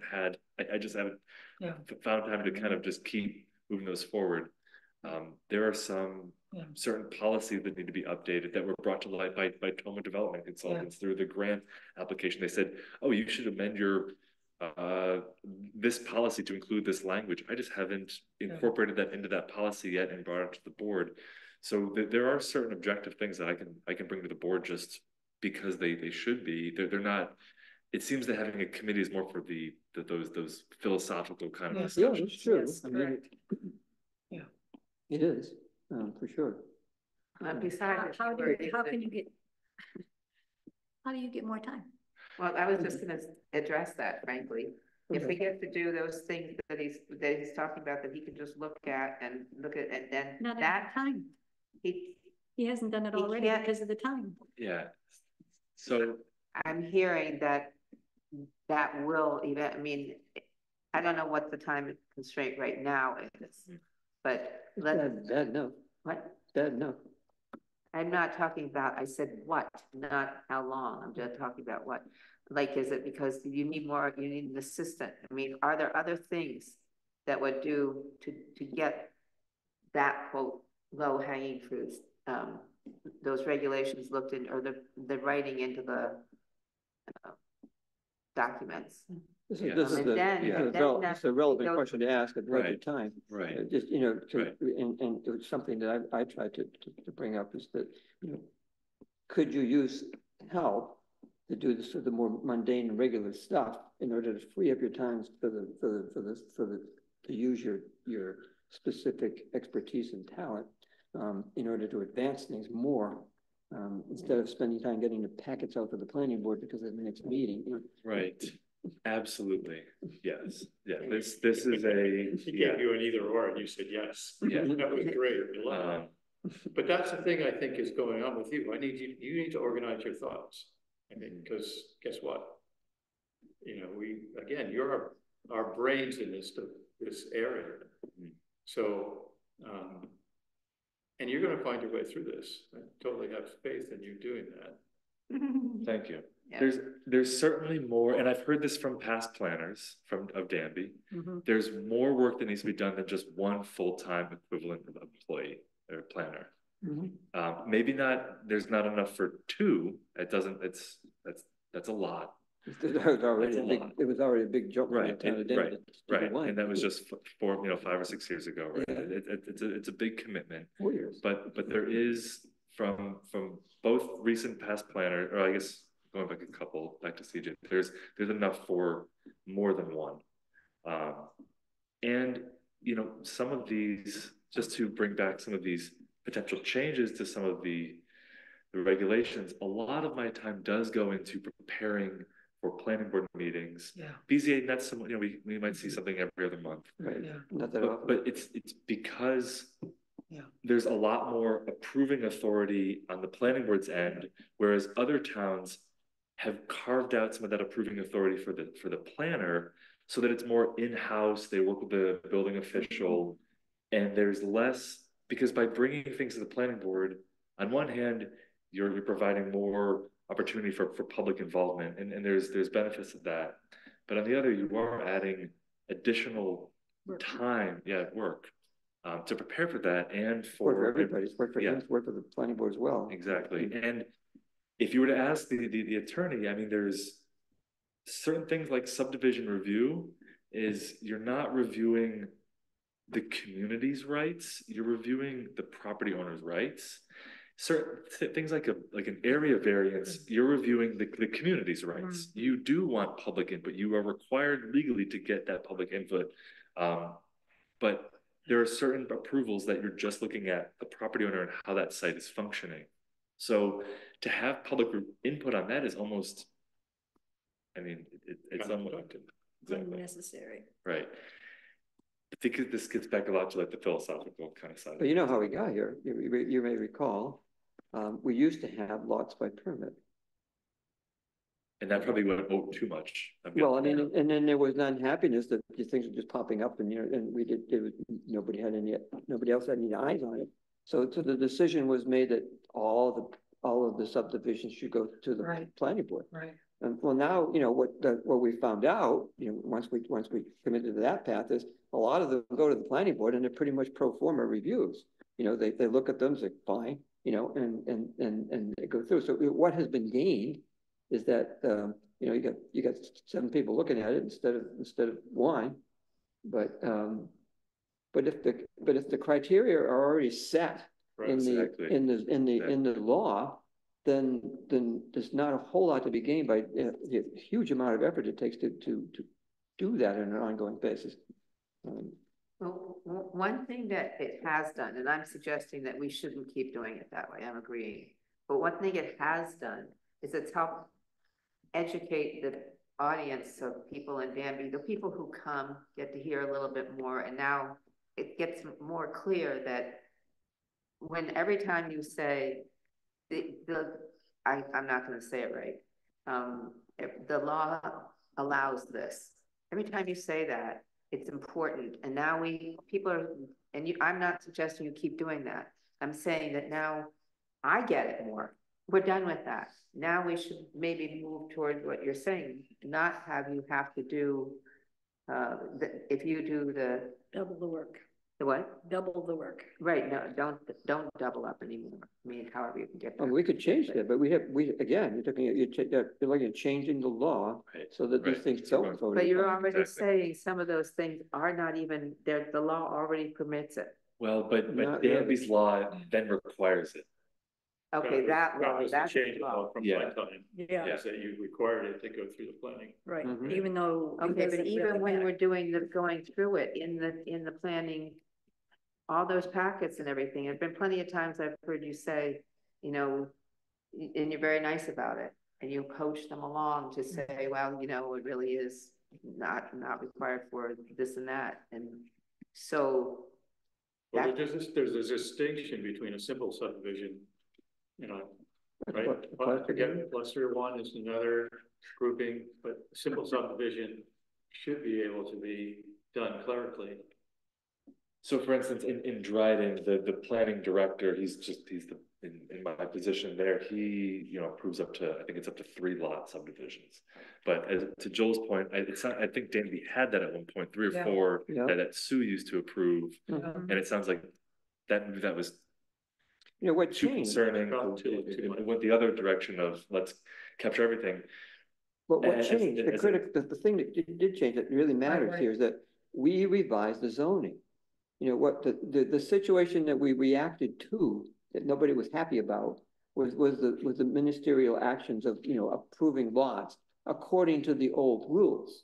But we changed the rules. And the question is, if the new rules are applied, if the new rules are good. Yeah, if the new rules are good, then couldn't we do some of the stuff ministerial instead of having it all go to the planning board?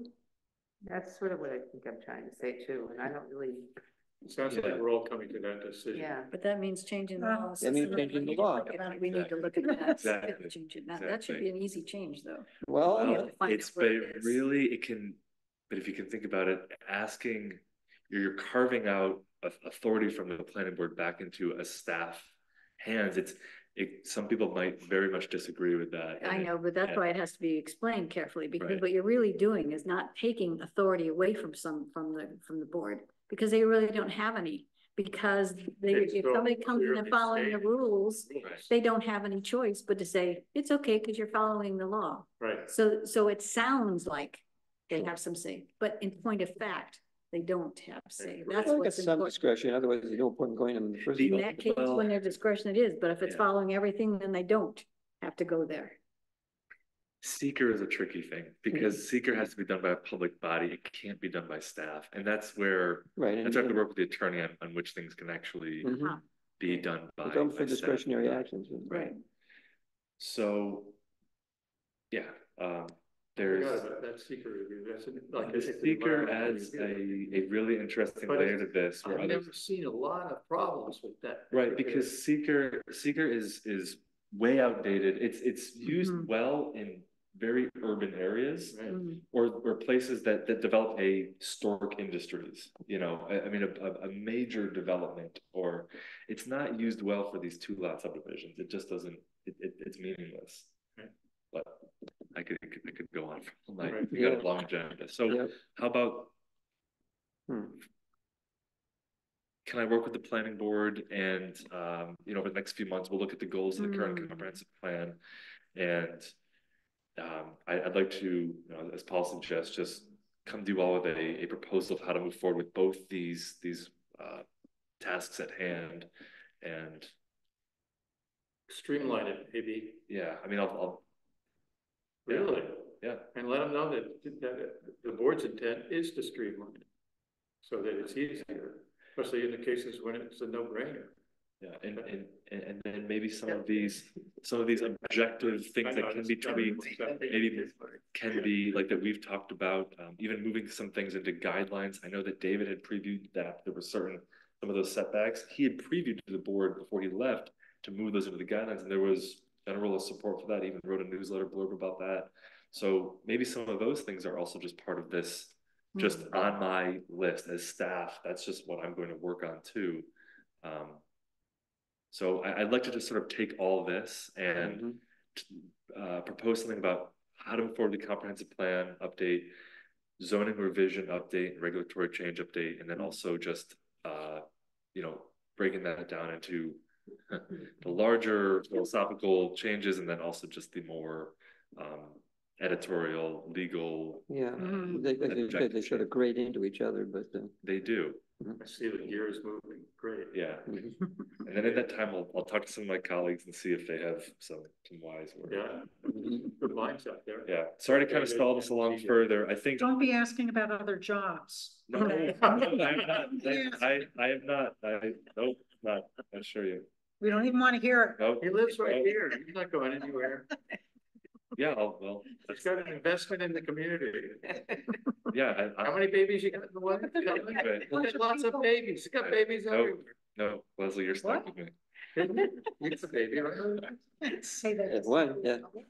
So why? So we're Postponing the committee until we hear back. yeah. from So I'm what- thinking that we're going to spend some time thinking about this stuff, Yeah. but we'll bring it back next time for And I mean, further thought. another thing to think about is a part-time Help.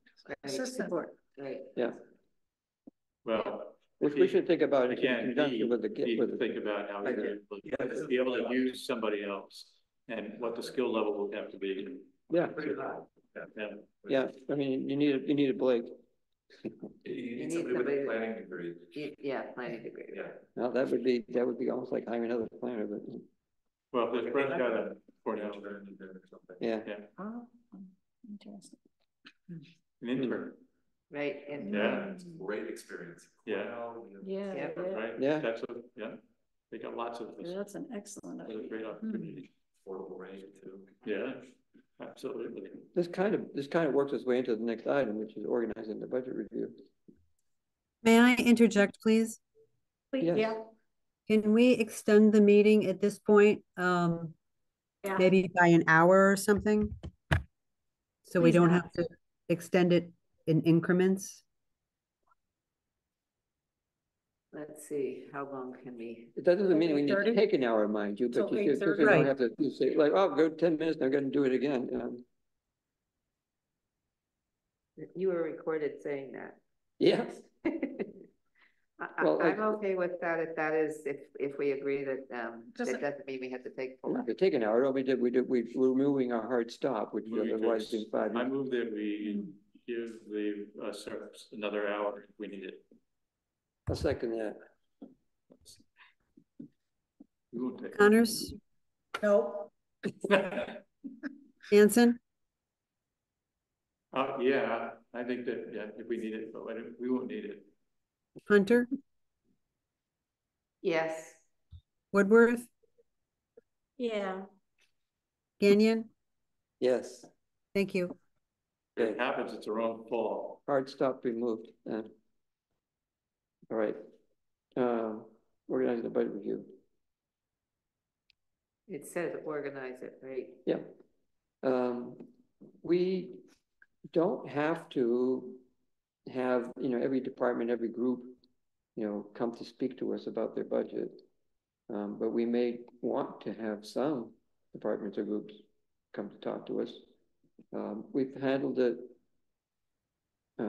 fairly comprehensively at times, where we've had, each come in and defend what they want to do with their budget.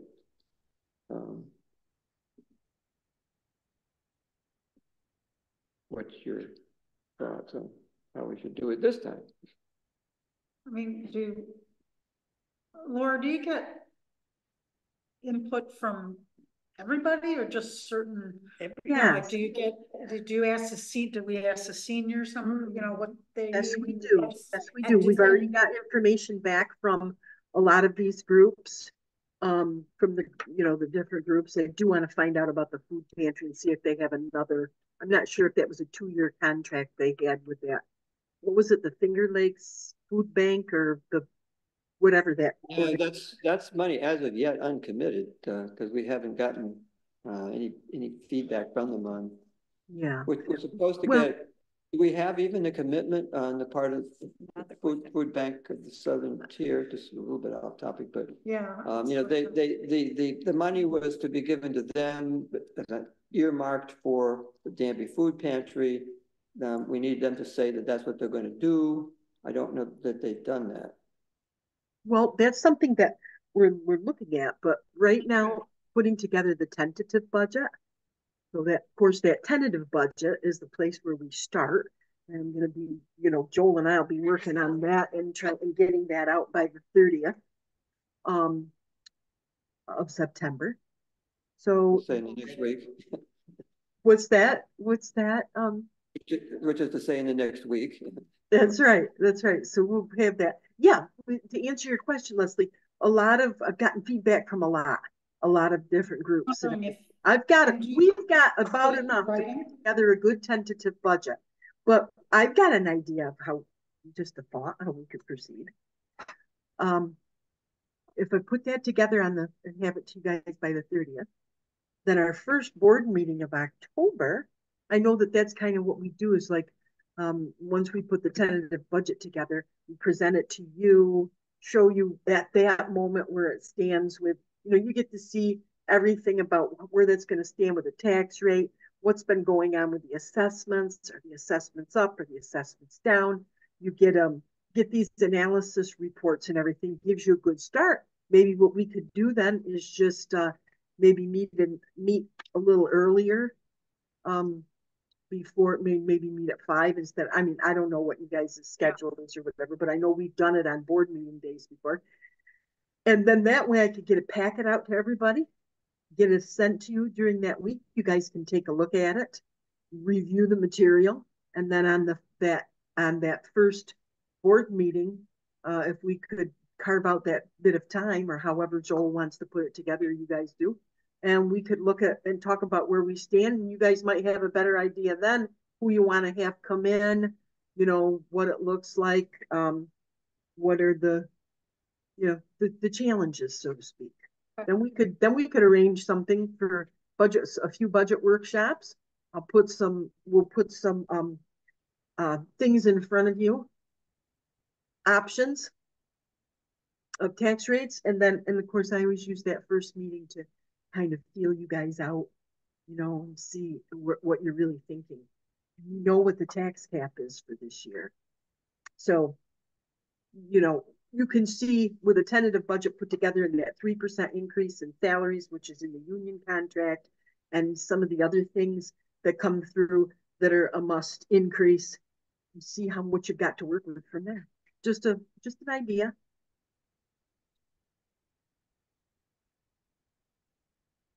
But it would give you guys a nice week to review it too.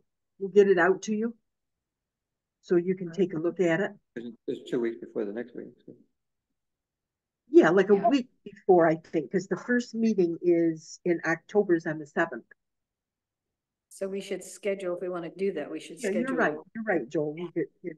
Right. Next time. Yeah, right. And the easy one is to do it beforehand if we want to do it at 5 o'clock. It is easier that way.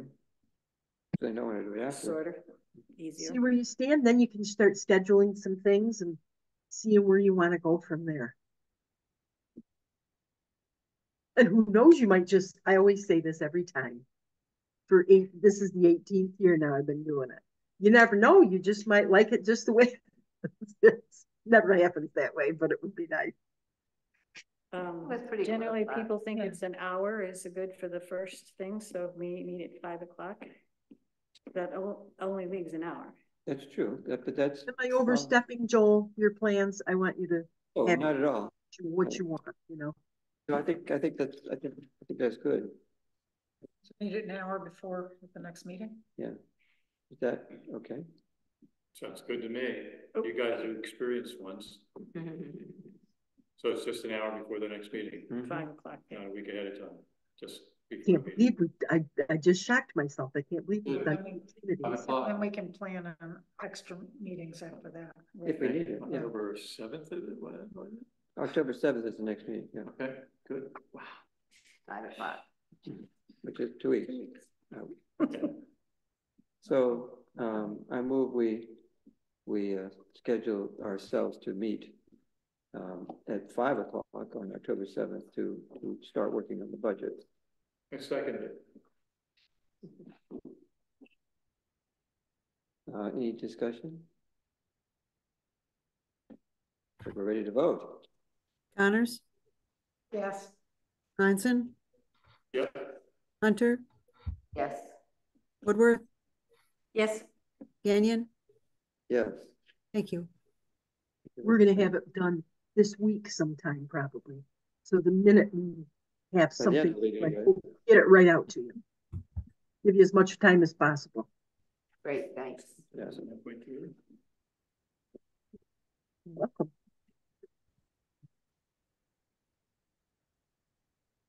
There We can- have an Any pens in here? I don't have the unneeded item disposition policy proposal. That's because it's right here. Was it sent out? I didn't. No. I didn't see either, so. No. No, because Laura and I just finished talking about it. Yes. So we can Right. put it on the agenda, put it on the agenda. I'll be right. The next meeting. Yeah, that would make sense, because I'd like to look at it first. Yeah, no, Okay, so we just need to schedule it for the. yeah, so it needs to get put on the next meeting's agenda.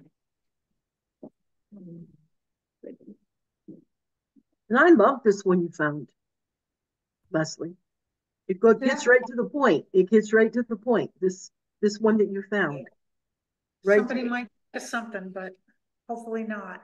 Yeah, I see one line item on here about when the surplus items, anything made on the surplus items will go right to the general fund.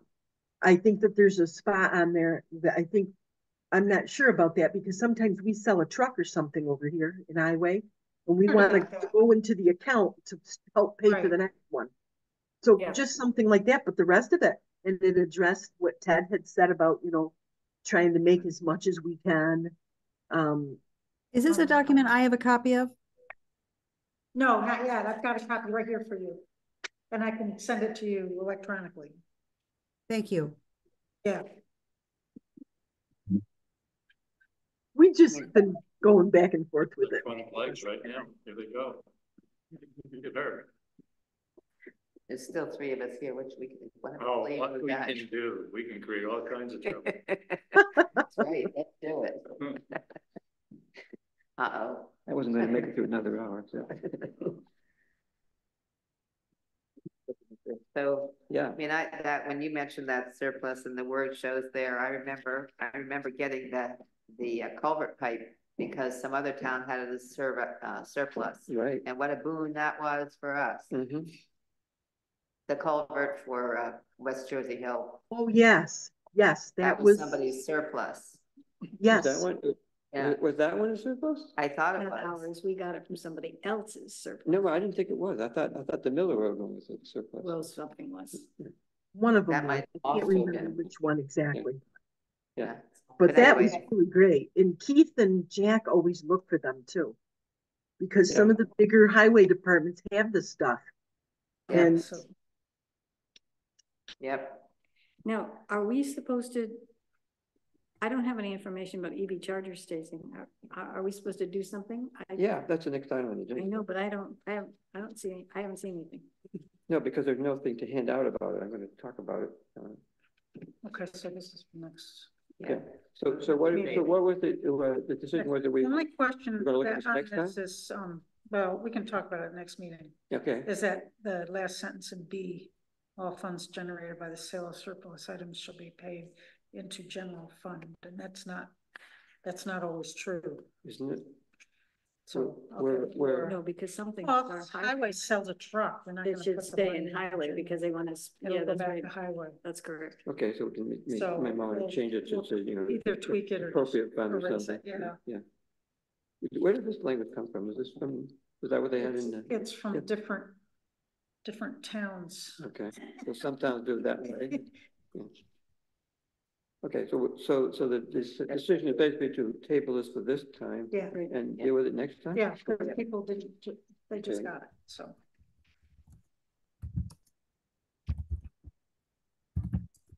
Jeez. Okay, so the EV charging station issue.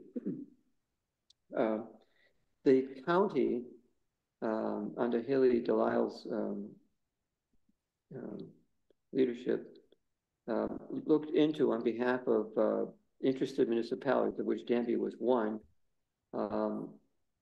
whether or not, or what the best deal out there was for getting additional EV chargers. And the county put out a request for proposals, and there were like 8 or 9 respondents. The timing of it was that the recent federal legislation has enabled companies to with federal subsidy put charging stations in, so that essentially the cost of installation is covered by the subsidy. And then the companies essentially make their money on the revenues that are generated by the stations that they install. So they're not interested in putting them in places where they can't make money. So the question was put, you know, are you willing to are you willing to do it for free, basically? And then where would you what are you willing to do where? And there are multiple respondents. A whole bunch of questions were asked of them, and we met several times with Haley and reviewed the responses to the RFP.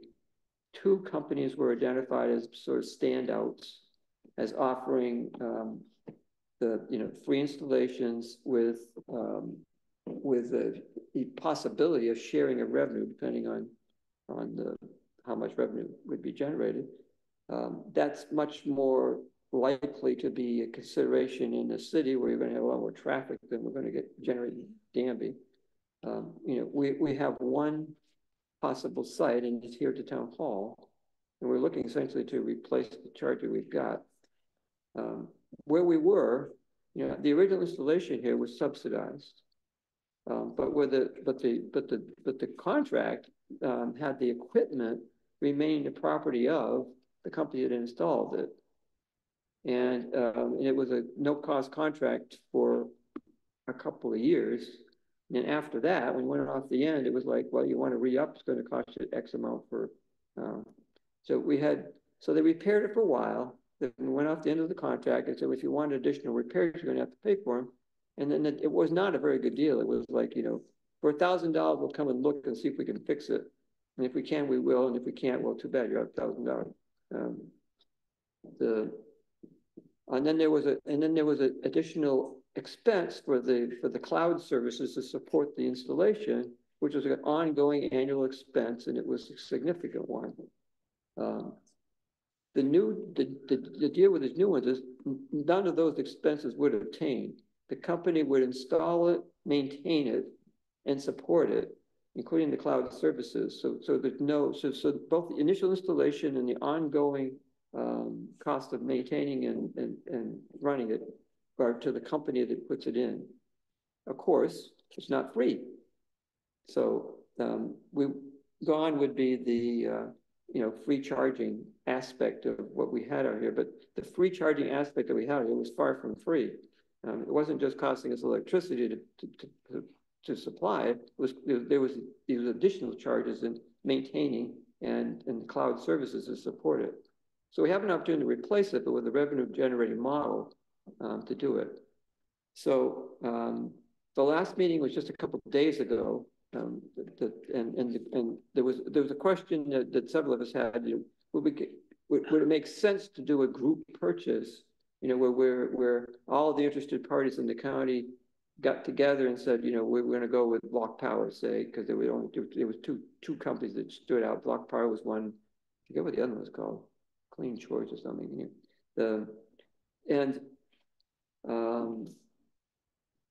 The upshot was that the conclusion was there's not much to be gained by doing something collectively.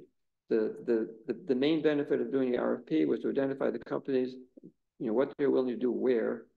We've got that information from them so that both companies are willing to do a level 2 charger for Danby, pretty much replacing what we've got. But it's not a but here's the consideration. The easiest and cheapest thing to do would be to replace what we've got where we've got it. But if we do the town hall entryway the way we've been talking about doing it, we don't want the EV charger there because it would be with a handicap spot. Right now it serves 2 vehicles, but if you turn it into a handicap parking spot, which is what your proposal is currently, we would want to move it across the parking lot. And we did put the wiring to the EV thing, we did independently. So if we put the wire in across the parking lot, would that change their proposal? Would they be able to do it where we want it to be done? So then we would just have the cost of the electrician. It's not clear.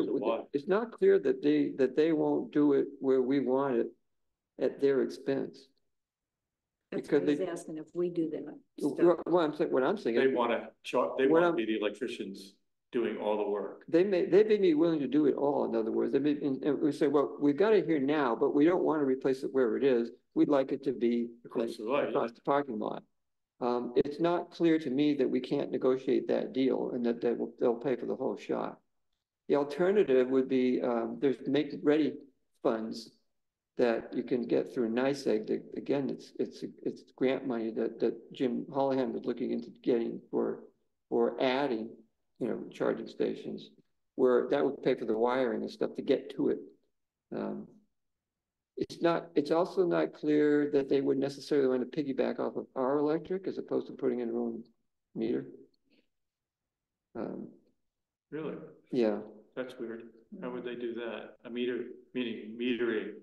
They'd have to run off the NYSEG, independently of us. And then they would back charge us for that electricity? Well, no, they're charging the customers. So we're out of the picture, basically. We're providing a site and they do everything else. Wow. So we're out of the free energy business. That would be the upshot if we went this way. There's no way to continue doing a similar thing to what we're doing now. Well, what Ted suggested earlier would be, buy our own charger and install it and just have you could plug in for free. Right. And then what we're doing then is we've got the cost of buying the charging station. But actually maintaining it. And maintaining it and then providing free electricity. Right. Right. So the advantage of that is that would cost us annually. What? Well, your guess is as good as mine. It's as compared to having it done for nothing. I mean. Well, the thing is that you have it done for nothing, but then people have to pay for electricity. That's right. Well. Yeah. As opposed to, this has been a really good deal here, where you could for I don't know, $2,500 a year, and plus electricity. We've been providing free charging for folks. Right. And I think the auditors, that was the question that was a question they raised. Are you giving away public funds? No, what was the decision? How was that decision made, and when was it made to be not charging for that? That was right up front when we got it in the first place. We got the free inverter basically. Yeah. And and for what it's worth, there's plenty of precedent and this is commonly done. The city provides free charging at the parking garages. I mean, we did it Not for, free. I mean, You have to plug, you pay. It's One of plug my and pay? friends was visiting, and we went into the parking garage, and we plugged in, and it was a very small bill, like $2.50 or something like that, but it wasn't plug and pay. Hmm? It wasn't plug and pay though. Yeah. But they've got in Caroline's plug and pay. Yeah. This is unusual in that we're giving away electricity. yeah, well, we were supporting the, electric vehicle Right. beginnings, right? And there Yeah. weren't that many people, truthfully, Yeah. over our period of time. So where we are in the scheme of things now is that the group said, and the county basically said, here you go. We did the RFP, we got the responses, what your best deals are, go for it. It's on you now. So we're at that point where we could say, okay, go ahead and see what kind of a deal you can get. So that's what I'm looking for, is for the board to say, okay, but where? That's the other question. Do we want to commit to putting them across the parking lot? Because it bears on what you do with the entryway. Because if we did a ramp straight out, the handicap spots could be across the parking lot, and the charging station could stay here. Well, right, we could wrap around the planter on the other side. I mean, basically, we're defining it simply by the side we're putting in. I mean, I hate to say, it makes more sense to have handicap parking where the charger is. Yes, it does. It just seems right to put that there. Especially One if it- handicap spot. Yeah. Well, apparently, that's all we need, Yeah. just one, Yeah. to meet the requirements. Okay. Yeah. And it just seems right that they wouldn't have to come across the parking lot. Right. That's my feeling about it. And the ramp is right there. Would be So right there. in that case, if we're really committed to that, that means we have to put it across the parking. Right. The I don't see any charger. reason why you can't put it across the parking lot. What's the problem with it? You Well, we have to run facilitate wiring to it, that's all. facility. So is there just gonna be one charging station or two? Where are we talking, Warren? Okay. That's all neither company believes that more than one is warranted in town. Right, so it has a single charger on it. not Right, but two-handed. two, you've got two charging ports, one So you got charger. two ports, so that's 2 cars. Yeah. That's more than enough. Mhm. Facility Question as an person. employee. What? Can I ask a question as an employee of the town? Well, sure. Okay. Well, you're actually a contractor for town. A contractor. Right. My verbiage is. The big question I have with moving it is all the power by this building provided by those solar panels? Well, that's a reasonable question to ask. I don't think so. Yeah, Right. I doubt it. I don't think, I mean, typically they undersize those things. It seems. Well, I mean, if you look at the bill for last month, it was close, like we owed them like $1.80, Yeah. $1.80 or something, but Right. But, you know, the but thing then that happens is. But this is summer. Yeah, right. Well, exactly. With 80-degree We're weather gonna be good. and no rain for Yeah. 2 weeks straight. Yeah, exactly. It flips the other way. Yes. Yes, well, and we don't have, and this is imponderable.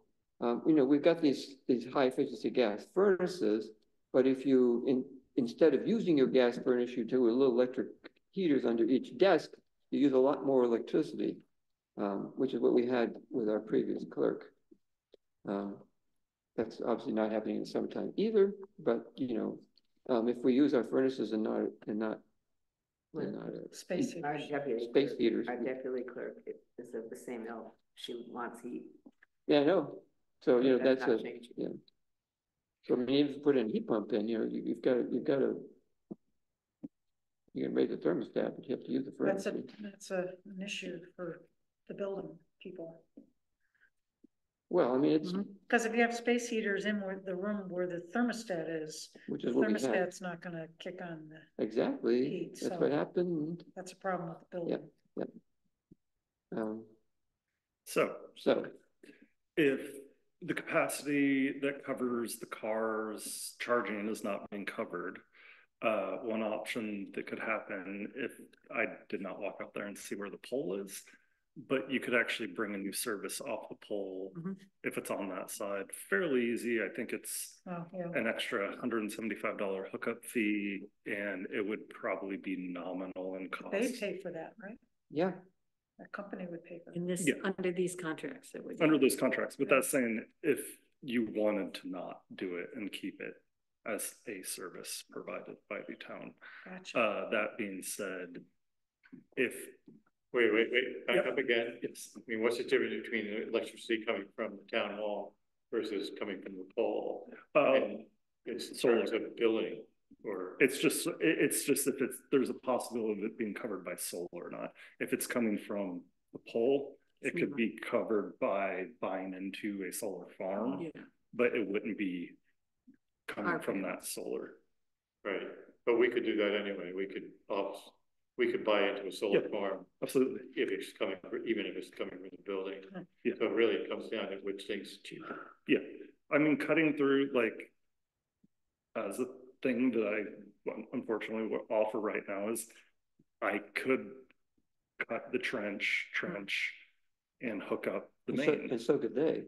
So could they, but that is if you want to keep it as a free option. But to keep it a free option, we would have to supply the charger, Yes. which means investing in a charger ourselves and its maintenance. Right. Yep.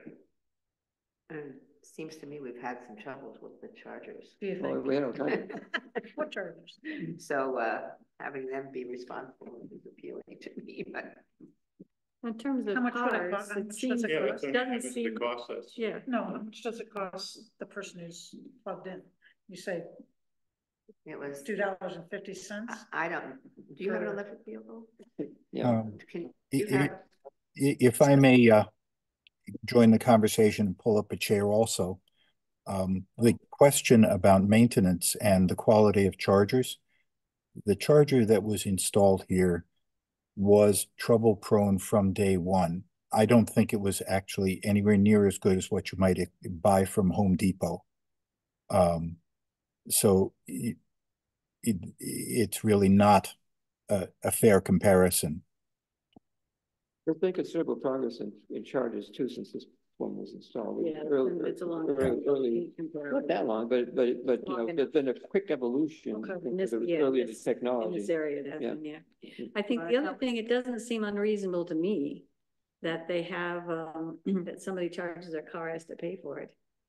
Instead of we're paying for it, especially since, if we consider taxpayers paying for it, if we're paying for people who are just traveling through town as opposed to residents, I'm not sure why that's helpful for us. And if you look at cars for years and years and years, people pay for gas to run their cars. Yeah, So yeah. I don't see, I think it's consistent with the way things have been for a long time. So if they're gonna pay for the electricity, why bother? Why I mean, bother? why would we bother having it? I mean, well, right? What do you Those think, Mike? people that have cars need it.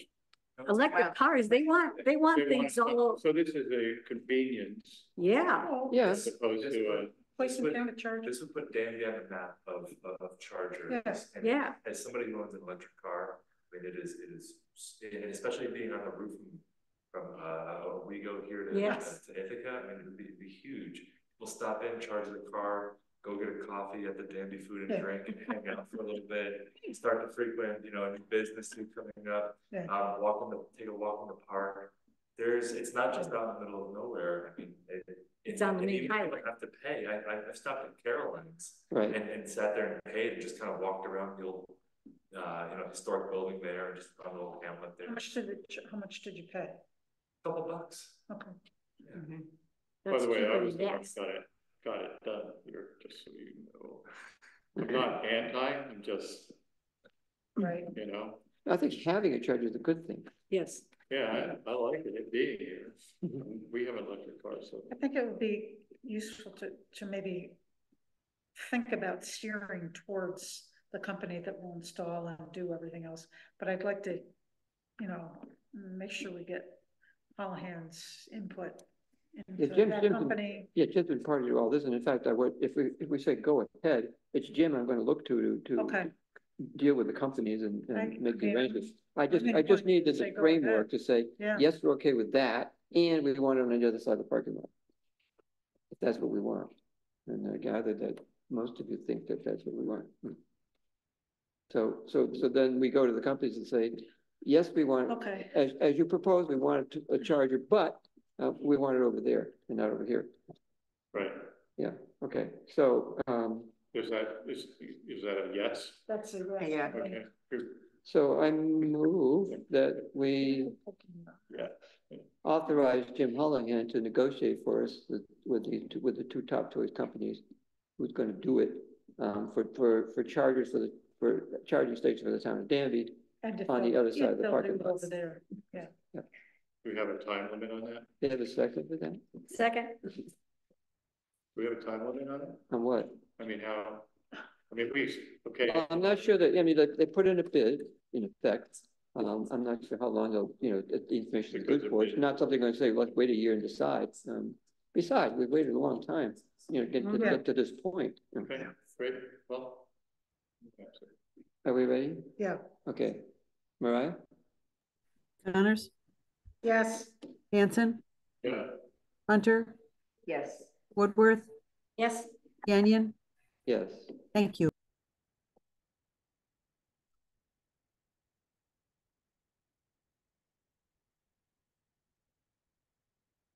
What's the name of the company? There's two companies. Oh, Block Power is one. I think the county's going, not the county. The city's going with Block Power. The county may go with the other guys. Green Choice, maybe, I forget that, I got that on the computer piece. okay. But anyway, those are the two leading contenders. One of them had the advantage of, they use local electricians. The local service, there's the local company that provides the But service. Jim would be looking at these two Yes, companies. right. Okay. right, so we didn't. Cool. But it was clearly down, those two had this. Right. Okay, doke. Okay. The possible consider spending guidance for the planning conference. Yeah. What? We might not need it. We might not need it, yeah. So there's this planning conference. It's an annual conference. It happens all around the state. And this year it's in Ithaca, October 9th through 11th. Yeah, I've been working with some folks in the area just to plan it. Nice. And I put the call out to planning board and BZA members thinking there'd be a lot of interest. There was only a few that were interested. So we put it on the agenda if in case there was a lot of interest, but there's only we might only need to buy one pass as like a shared pass. And that's just within my budget. Yeah, in terms of my discretionary spending. So it's the one shared pass, do you have people signed up for? Pretty much, specific? yeah. I've got like Betsy Lamb wants to do one session in the morning on a Thursday. Colleen Cowan wants to do one in the afternoon. Scott Davis wants to go to some sessions. So I thought I'd just get him one pass and they can kind of share it. But I did want to open up to the town board. And I do have a schedule that I can share. I didn't share it in advance of this meeting. If there was interest in going, it's through the 11th. Of October, and it could be. I thought, Joel, too. We could put on next meeting's agenda if people want to let me know by then. I think that's actually the There were a last day. couple I was interested in, but I need to. The book sale starts at the same time, so I need to figure out times and stuff. Okay. So I'm interested. Yeah, we more put it on the agenda because if it exceeded, the $1,000, which it doesn't appear it's going to, I need to get town board approval for it. I mean, in my contractual line, I still have plenty of money we for could that. maybe get like 2 passes and. Right. So I think maybe just because I know that Joel has expressed interest in going, and it sounds like you have, but you don't want to go for the whole thing. So Probably not. Maybe if you just, I can share the updated schedule, and then if you all just want to look at it. And, Has it changed? No, it hasn't. But now it looks nicer. Oh, okay. Yeah. Well. Okay. Yeah. All right, I'll look at it again. Yeah. Okay. So it doesn't. It was more of a placeholder on the agenda. It doesn't. There's no decisions really tonight. But yeah, I know. I've got the sniffle. I'm got. Tickle me. I don't know what's about. No. All of a sudden. All right. Well, and then we can look at that. Okay. So it looks like we don't have to worry about that. Do you still want, people to send you what they're interested in going to? Okay. Yeah. So I mean, I encourage other members of the town board, because this is plain stuff, you know, if you're interested in going. And even looked at the schedule again. It's a while. Yeah. There's a lot of relevant topics. Yeah. I mean, yeah.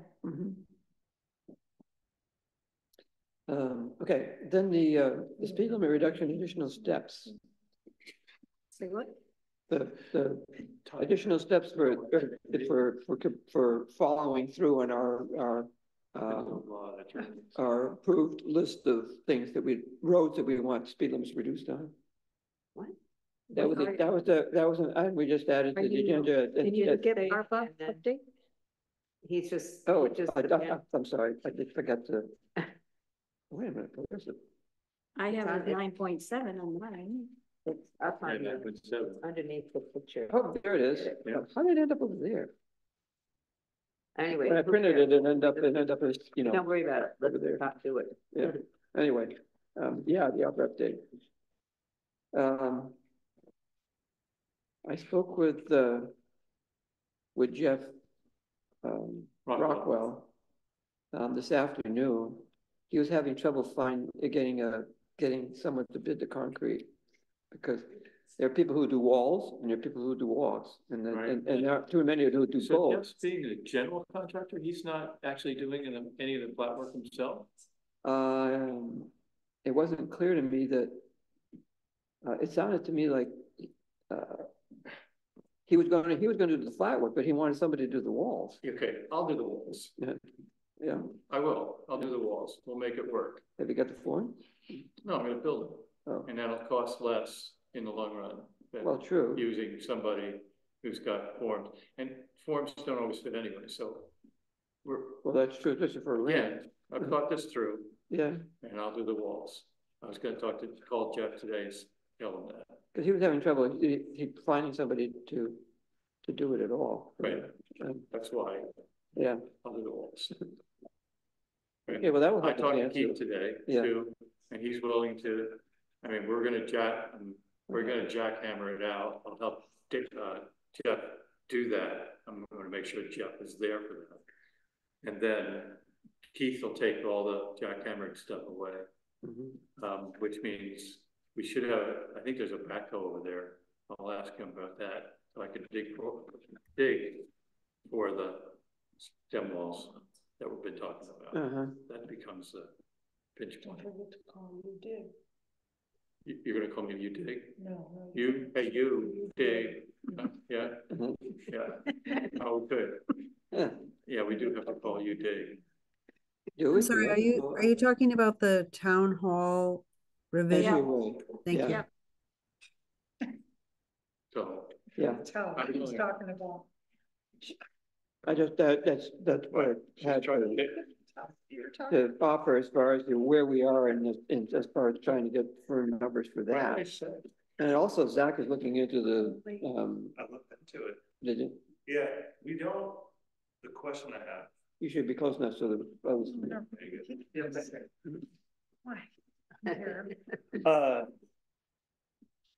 I've looked into it. There's quite a range.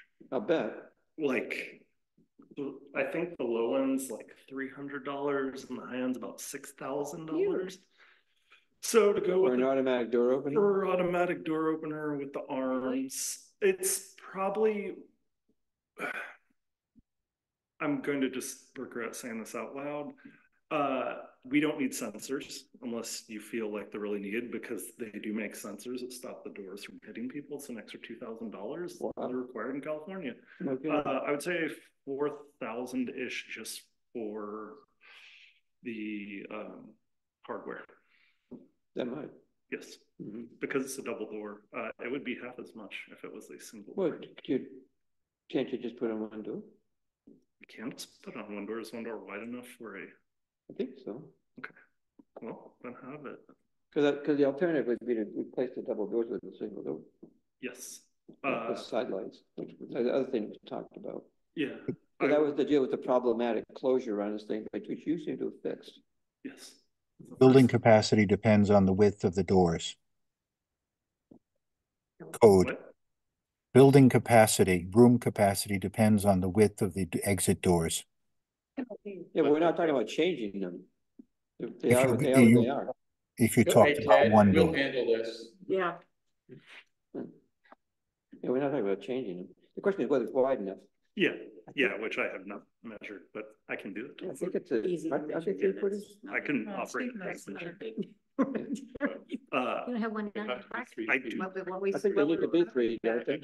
we're in the weeds right now. Yeah, we What are. we're talking about is the range of cost, and Yeah. that was what the beginning of this was, and we just went. Yeah, of course, the range of cost So- depends on what you're doing. Yeah. I know, but If you're putting an carry on. opener on double doors, that's different than if you're putting. an Right, opener on but, single. but we haven't heard the rest of. If it's a single door, it's pretty much negligible putting it, I need to look into, wireless versus Oh, running the hardwired, wire. just because that would, cut down a little bit on putting the actual, Button. yes, thank you, on the outside. But yeah, that, I would say, Never even occurred to me to do it wirelessly. me either, I did not actually look and see what the, battery requirements are for that, Yeah. and you would, And depending on how long they. find out, yeah, how much they last, the Mhm. durability of, which makes me, I mean, Oh, sure. I don't go for the battery stuff. You can No, avoid it. I assume it's garbage. We talked to anybody like down at Flick, Finger Lakes Independence Center about About what? maybe I have not. grants or money or Good idea. suggestions on where to get a good door or what ones work better and what, Finger the Lakes. battery ones don't work in the snow or, I don't, that they're a really good resource. Yeah.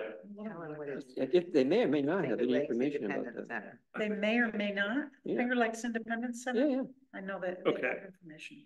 I will look it you up. can ask them. Thank you. They're really great people. Anyway, point being, Zach looking into it. Yeah. Yeah. I know we don't, the highest end is not something most people ever need of Yeah. anything. Yeah. I mean, it's the same thing I did for push bars, as I spent Right. like an hour and a half trying to find the best deal because Yeah. everyone makes the same thing, But with varying amounts of money. varying for it. price, Yeah. and the same thing. That's what Michael found too when he looked into it. But yeah, I have one question. Is what you're looking into only activated if somebody actually needs it or wants it activated versus the Yeah. post office downtown where the doors stay open for 3 or 4 or 5 or 6 people to get through and all the heat and the air conditioning goes? Oh, yeah, right. I'm sure there is some sort of time limit on it. Yeah, it's really long on that one. And Well, I mean, it's probably adjustable, but you have to Yeah. allow enough, there's But I probably, mean, but- there may be a but we legal don't- minimum. What I asked was not that. What I asked is at the post office, you have no choice. You go up, it opens. If you push. the And I'm button, asking, is opens. it possible to make sure that I- it's just not Stays convenient open and for a everybody couple does it? Yeah. Or for I 10 bet seconds. that I can either find information on the manufacturer's website, Yeah. or maybe as a bonus, I could find a YouTube video of it Better. opening once it's installed. There's also the possibility, 'cause I've been to a lot of places that have these openers on the doors, Yeah. and you can use them without the opener. Yeah. But they don't open Mhm. easily with the opener on them. Right. So, we've got 2 doors. I mean, one opens a lot easier if it doesn't have an opener. You can And make that one for people who don't use the opener, and then the other one could be push this button and the door opens for you, but. I think when I was reading into the details of their operation, I think there's something where they've changed some of them. It has to be, I'm going to apologize, I'm gonna mess the number up. I feel like it's like 8.25 pounds of pressure needed to open it. Quite a bit. I mean, kind of, Mhm. Actually, it's not that bad. yeah. It's like a human's head. Yeah. maybe. I'm not sure. It's just my first guess. My head's weird. How high do you So push? mine's- So it sounds like some more research has to. There will be more research, but that is, if that is something within, and I'm going to get that information off of you so I can write it Yeah. down. I mean, you want it to be able to open without having to use the button. Oh, correct. Yeah. Yeah, That's absolutely. what you were getting at, right? Length of hold. I just asked you the question because I know some of them stay open entirely. Well, there's But the that, post you know, office, if you you at push least the got button 3 and it people to go opens. through. I know, If they're right there, so they stay open for a while. Well, the last time I was there, I walked down to the sidewalk and said, I bet if you hurry up, you'll be able to get in on my opening. And somebody it's did, not- wow. That long. It's really long. And nobody both of needed the it. doors, and you don't have any choice. Right. That was what I asked. Is Right. there a way to make it by choice that you Yeah. use? Find Yes. out. Yeah, Yes. That's Yeah. all. yeah, by choice, you have to push the button, and then, can you adjust how long it's open? If you, once you push The the main button. thing to me is the choice, but anyway, Yeah. keep I going. think He's looking. I think you can adjust, because I know that You probably can. we did it at church with the, handicap Yeah, access, 10 it's like, minutes. how long is it before the door slams? Yeah. We could go on about that quite a bit. Yeah. We wanted. But Okay, we're hoping that we don't go the full hour. right. We got 10 minutes, really. We took Well, it, we're done, right? How you want to do? well, does anybody have anything else to add on that subject, or? AARP? Yeah. PA? ARPA, Well, I know I'm gonna talk to Jeff. Yeah. Sorry, and we'll figure out something for that ramp thing, so you get another number. yeah, and everybody knows, right, I think I mentioned it last time, that as of yet, we don't have anybody to identify to do the fire hydrants. Wait, right. You don't? No, I mean, it's 3 hydrants is too small for most of the people who do it, and the people who usually do our work don't feel like they're competent to do it, including the highway department. Talk to Steve. I talked to Steve Dacey. He said something to me today about the fire hydrants.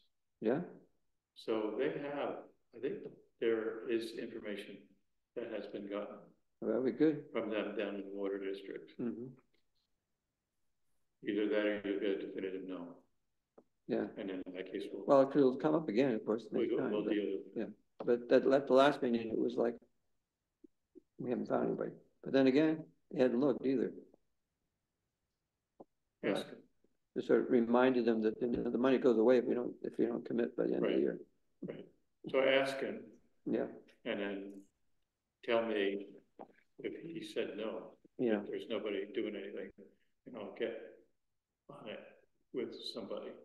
I'll start calling my sources. okay, that'd be good.